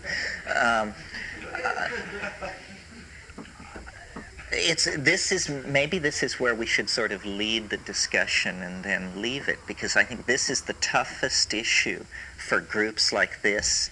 This is where we sort of divide, and it's not easy to hold it all together. And that is, is the psychedelic agenda somehow the preservation, nurturing, caring for, and completion, and even reconstruction and recovery of what we have destroyed and ravaged and mauled to get where we are at this moment? Or are we stuff of a different nature? And is our destiny to weave webs, that hang between the stars and leave forever behind this small, wet, humble, life-infested place and go and live in the constructs of our imagination forever in silicon and so forth and so on? And this is... at least in my personality, these things are almost equally balanced. I mean, I feel very torn. I don't like the Gnostic, Manichaean need to say, well, there must be a total split, that man and nature cannot coexist. Man, for the sake of humanity and for the sake of nature, must go into our own dimension, that the imagination is our cosmos and we are to inhabit it. I don't know, I'd be interested in what people think. The psychedelics go both ways. There seem to be psychedelics that vote one way, like the mushroom, which has a vast extraplanetary, almost galactic scale vision of interrelated intelligences and information transfer between species, and a scale of time where the coming and going of suns is just something which is going on. Ayahuasca, on the other hand, like claims you for your humanness, pours you into your body and puts an oar in your hand and sets you out on a black river in the middle of the night to hunt catfish, you know, and you just feel life, human life, what it is to be born, to die, to have relationships with people, to make and lose fortunes, to have and lose dreams, and all of this tremendously emotional stuff. And then there's a gradient in between. So the psychedelic quest then, or the psychedelic life, becomes ultimately a meditation on what is human nature. You know, is it these titanic aspirations to the techno-organo, metallo, immortal kind of existence? Or is it some kind of Tao-like, Zen-like acceptance of place and position and destiny? Or can it be both, you know? I mean, I have fantasies where I see a world, and I don't know how we get there. I mean, don't ask me how we get there. But a world of many, many fewer people, and people live basically as people lived 25,000 years ago, basically naked, except that everybody has a little thread, like Brahmins have in India, a little thread that goes around your shoulder and around your waist. And on this thread you could get maybe a couple of thousand small beads on this thread. Well, each one is essentially a menu, an interface into a piece of software which is hidden in hyperspace. And by just moving this thread around and touching these beads, you navigate into mental dimensions. I mean, I can imagine the person of the future would look like a rainforest primitive, but when they closed their eyes, there would be menus hanging in space, and you select and navigate and move through these things. But, you know, then there are issues, different aspects of this same issue of the human split with nature. You know, what do we do with the human body, the monkey body? Is it a monkey animal body that drags us down into territoriality and violence? Or is it somehow, you know, the glory and the purpose? Where do you put the body in a psychedelic value system? If we're talking about more and more ephemeralization, depersonalization, decentralization, electronic diffuseness, well then where is sexuality in all that? Still more, where is biology in all that? It's very, you know, we are the generation of people who actually will take the reins of the human dream in a way that it's never been taken before. As recently as a single generation ago, there were like insoluble problems of a technological and resource delivery type. Now, it's basically, I think I began this weekend by saying this, it's all problems have become problems of human psychology. Everything can be done. It's all about how do you convince people in a democracy to pay for it? How do you convince people in a, you know, whatever to follow along? All problems have achieved a human dimension. The state of the atmosphere, it's a human problem. You know, the temperature of the ocean, human problem. Everything has to do with changing and re-engineering the human mind. Now, the real barrier to doing this, as I see it, is the cultural momentum of the past, and that's a very nice and sanitized way of saying fundamentalist religion. Fundamentalist religion goes into a tizzy when you start to, they would say, tamper with human nature. This is why drugs, abortion, homosexuality, notice that what these things all have in common is they slightly seek to tweak or define human nature. And, this is extremely unwelcome.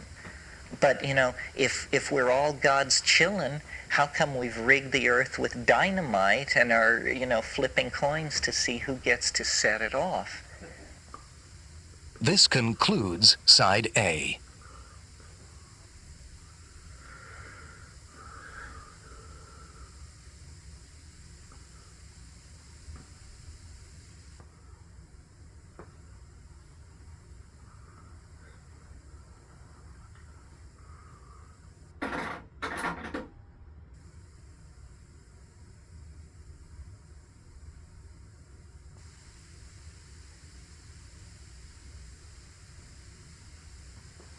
We have been infected with the idea of original sin, and this is part of what keeps us infantile. We actually believe, I think, every single one of us at some level, that we are flawed, unfit, and this is paralyzing because if we start talking about redesigning human nature, people say, oh, wow, this is what Hitler was talking about. As soon as you start redefining human nature, you redefine it worse. The beast returns. It means, we have no faith whatsoever, and we believe, that the given situation is the best of all possible worlds, is what that's saying. And I don't believe that. I agree there have been horrendous misapplications of the wish to redesign human nature. But on the other hand, the style which lets it just develop like an untended, weedy lot has produced a fairly weedy lot of leaders with no great apparent commitment to the salvation of the human race either. What it comes down to is responsibility. Politics without responsibility is fascism. And politics responsibly practiced is, the only other option available.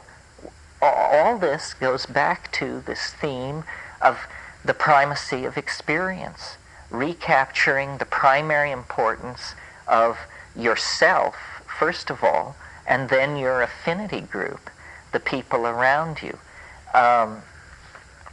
McLuhan said that this would happen naturally, and from what I see over the past few years, it seems to me this is so, that he called it electronic feudalism, and said that the nation state would dissolve under the impact of electronic media.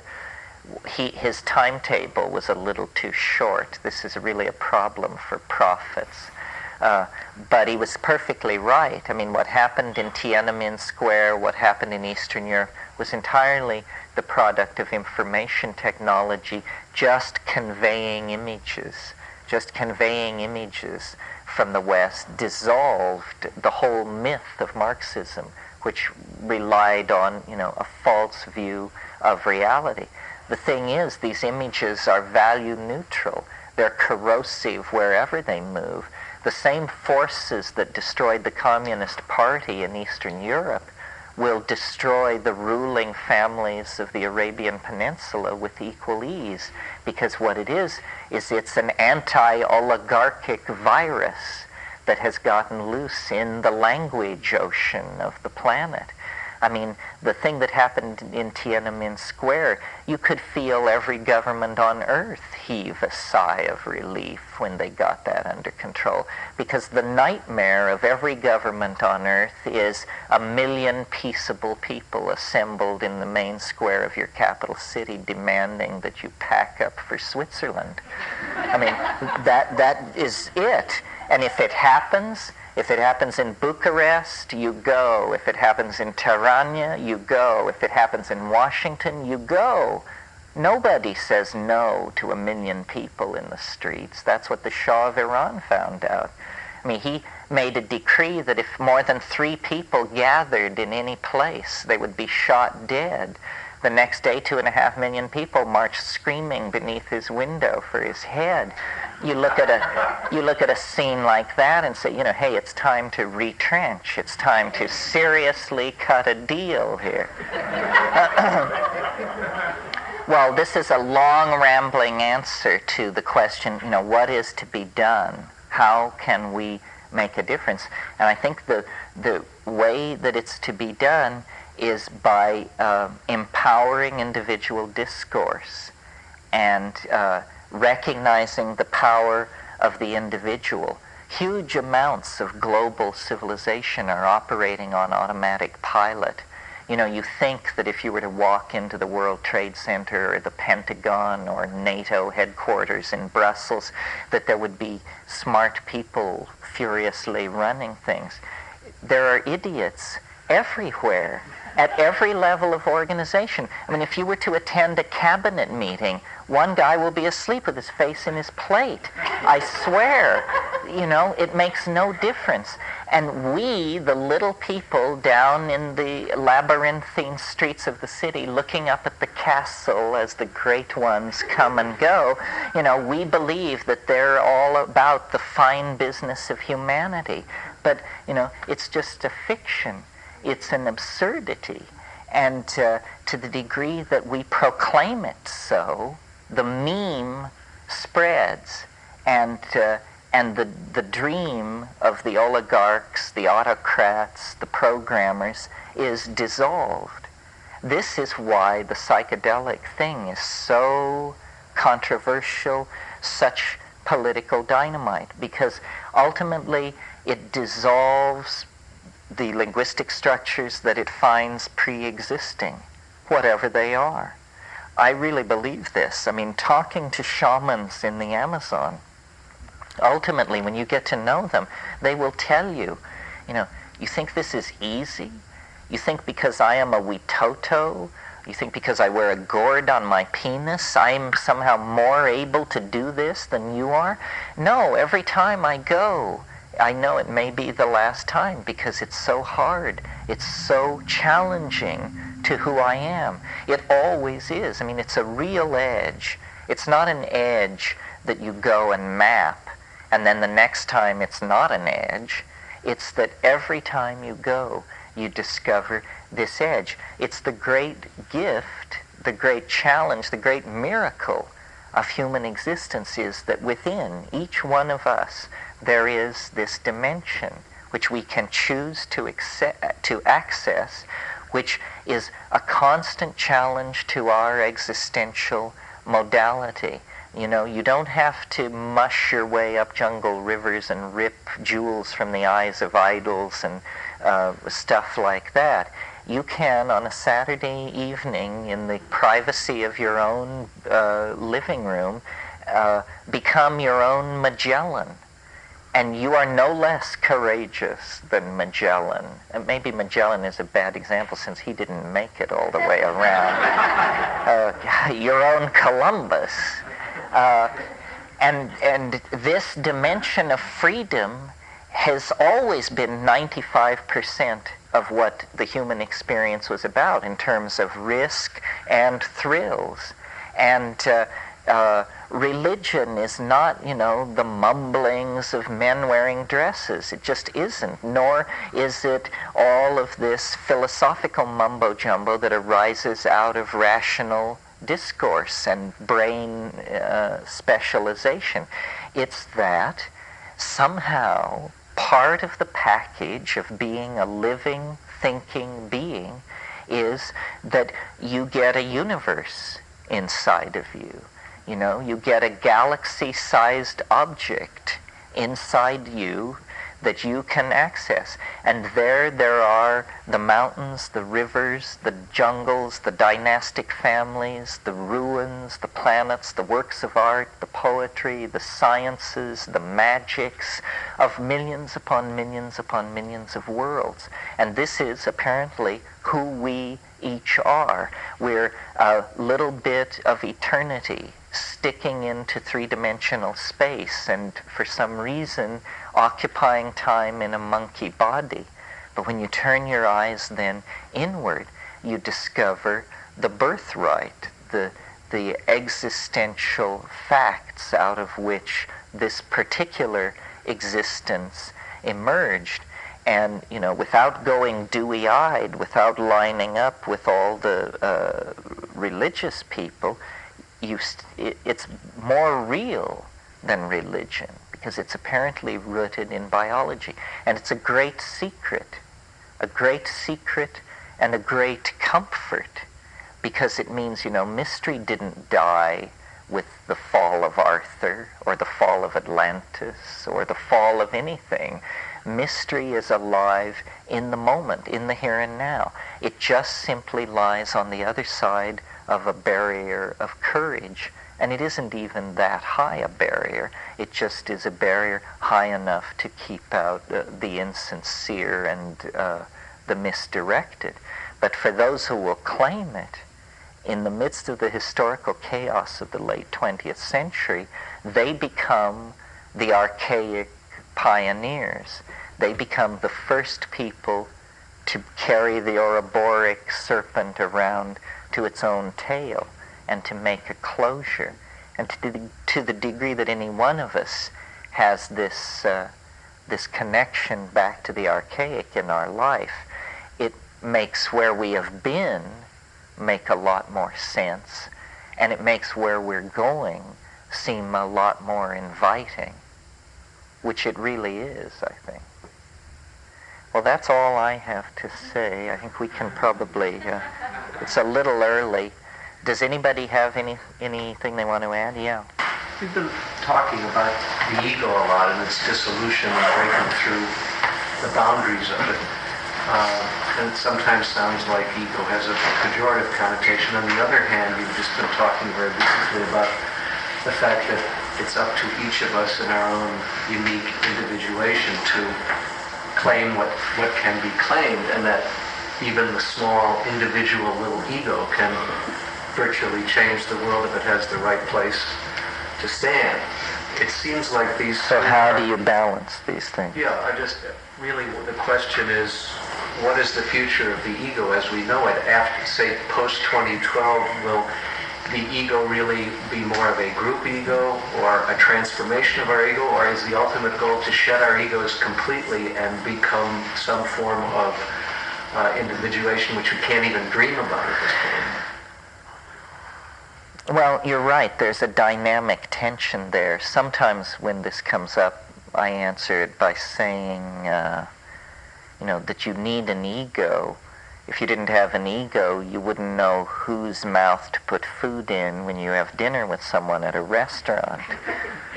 So ego is necessary to keep straight whose orifices are whose. And that's the main function of ego. But then, there is a deeper level to it. Somehow, the way I imagine it is that the ego is... The correct expression of ego is when there is ego present, but it is perceived as Tao. In other words, Tao is this state where you just go along and somehow get along. And ego is a state where you're somehow pushing the river, and that's how you get along. I think the ego of the future will be much less possessive, and that it's the possessiveness, the projection of the domain, really, of the ego outside of itself specifically the control of other people, sexual partners, children, parents. The way I imagine this pastoral situation of 12 or 15,000 years ago to work was people simply had group values because the children were group owned. And that made such a tremendous difference in how the society imaged itself. People lived for the group, and at the core of the group were the children, and people always put them first. So everyone identified with the children. Everyone was willing to face risk to preserve the core of the younger gene pool. And that was what made the difference. This concern for male paternity is really a poisonous factor. And see, when you look at primatology generally, it's pretty clear that as a group of species, primates do tend to male dominance. That even the apes and the squirrel monkeys and the New World primates, in the wild, there's usually an alpha male that's dominant. So this symbiosis between human beings, cattle, and psychedelic plants that allowed the feminine to emerge was something that was emerging against the grain of primate organization. So really what has happened is we have returned to a more animal kind of existence. We are more like beasts than the people of 10, 15,000 years ago, because they were using psychedelics to artificially, you could say, or pharmacologically inflate feminine values. And this allowed them to become civilized people. I mean, I have a somewhat elaborate theory about this, but I think that women are responsible for the emergence of language, because I think that the division of labor that we know went on very early because of the male's larger body size in the upper half of the body, that the males tended to specialize toward hunting. Hunting puts a premium on physical strength and stoicism, meaning sitting a long time with your mouth shut. And then you have a limited number of commands. The women, and bladder control is very important, where women fail that test. So then what the women were doing was they were specialized as gatherers of plants and roots and insects and stuff like that. Well, this is a tremendous pressure to develop descriptive taxonomy, because gathering is the art of descriptive taxonomy. You want to know that you want, the little bulbous root with the yellow flowers that grows down between the shattered granite boulders near the creek. It's all language, language, language. And the pressure is life and death. If you eat the wrong plant, you become very sick, or you abort your fetus, or you die. So those who were well able to describe the objects of the hunting gathering, of the gathering side of the economy, were quickly outbred those who weren't. And language may have even been a kind of secret ability of women at some point. You see, psilocybin synergizes language like bursts of activity, and may have been the thing which set it over. But what happened in this woman situation with language is a good example of what often happens with cultural innovation. The women possessed all this knowledge about hunting, about the gathering of plants and the magical use and preparation of plants, but at a certain point the database became so huge that it underwent a collapse conceptually, and some brilliant woman realized we don't have to know about 600 plants and all these locations and seasonal variations and all this. We just have to concentrate on 5 plants and really learn all about those plants, and then we can dispense with all this stuff. And this was probably because in the nomadic cycle, they would encounter their own middens from the year before, and there would be cereal grains sprouted, and you quickly put it together. But the specialization represented by agriculture, that was the beginning of the end, as far as I'm concerned. Because at that point, there was retraction away from nature. It was no longer about letting nature guide you to gather and find what you needed. It was a kind of paranoid, a kind of rip-off attitude. It was, let us exploit these 5 plants. This means tilling the ground. It means the end of nomadism, because now we're going to settle in one place, and we're going to redirect the flow of water, and we're going to become agriculturalists. It's an entirely different psychology. Weston LeBar said that psychedelic shamanism died when it became important to get up in the morning and go out and hoe the corn. And then people replaced the psychedelic gods with the gods of wheat and corn. The Tammuz, the corn god of ancient Babylon, then appears. And gods of agriculture and male dominance go hand in hand. The previous religion at the edge of the high Neolithic was this religion of the great horned goddess, and it was a religion of nomadic pastoralism, orgiastic sexual, activity, psychedelic drugs, and tremendous emphasis on cattle. Cattle were the great bridge to all these concepts. We start out as a baboon-like creature wandering behind these herds of ungulate cattle. I've seen baboons do this in Kenya, flipping over cow pies, looking for carrion beetle grubs as a source of fat and protein. But then, we went from predation on carrion, the kills of larger animals, to slowly actually domesticating these things. And the milk and the blood and the manure and the meat and the mushroom would all be seen to be things which came quite naturally from the cow. The cow was like this supreme feminine symbol. And all over North Africa and the ancient Middle East, you get this late Paleolithic great horned goddess. The cattle religion and the emergence of consciousness seem to go hand in hand. One time I was waiting for a load of mushrooms to come on, and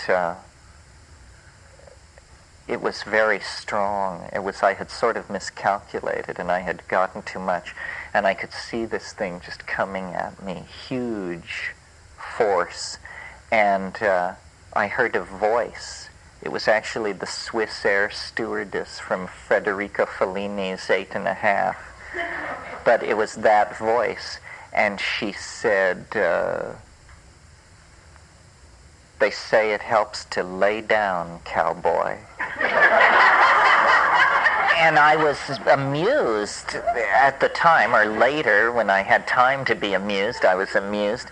But then I realized this mode of address, cowboy, is probably typical of the mushroom, because for 95% of its existence, most of what it's dealt with are cowboys and cowgirls, because these are the people who follow along behind the cows. These are the people who invented astrology from watching the stars. And many people, myself included, have reported the experience of looking at the stars stoned on psilocybin and having the mushroom supply dotted lines between the constellations. I mean, he says, there it is, there's the map. Yes, pastoralists, herders, they invented the calendar from watching the horizon. And what we looked at last night was partially a calendar.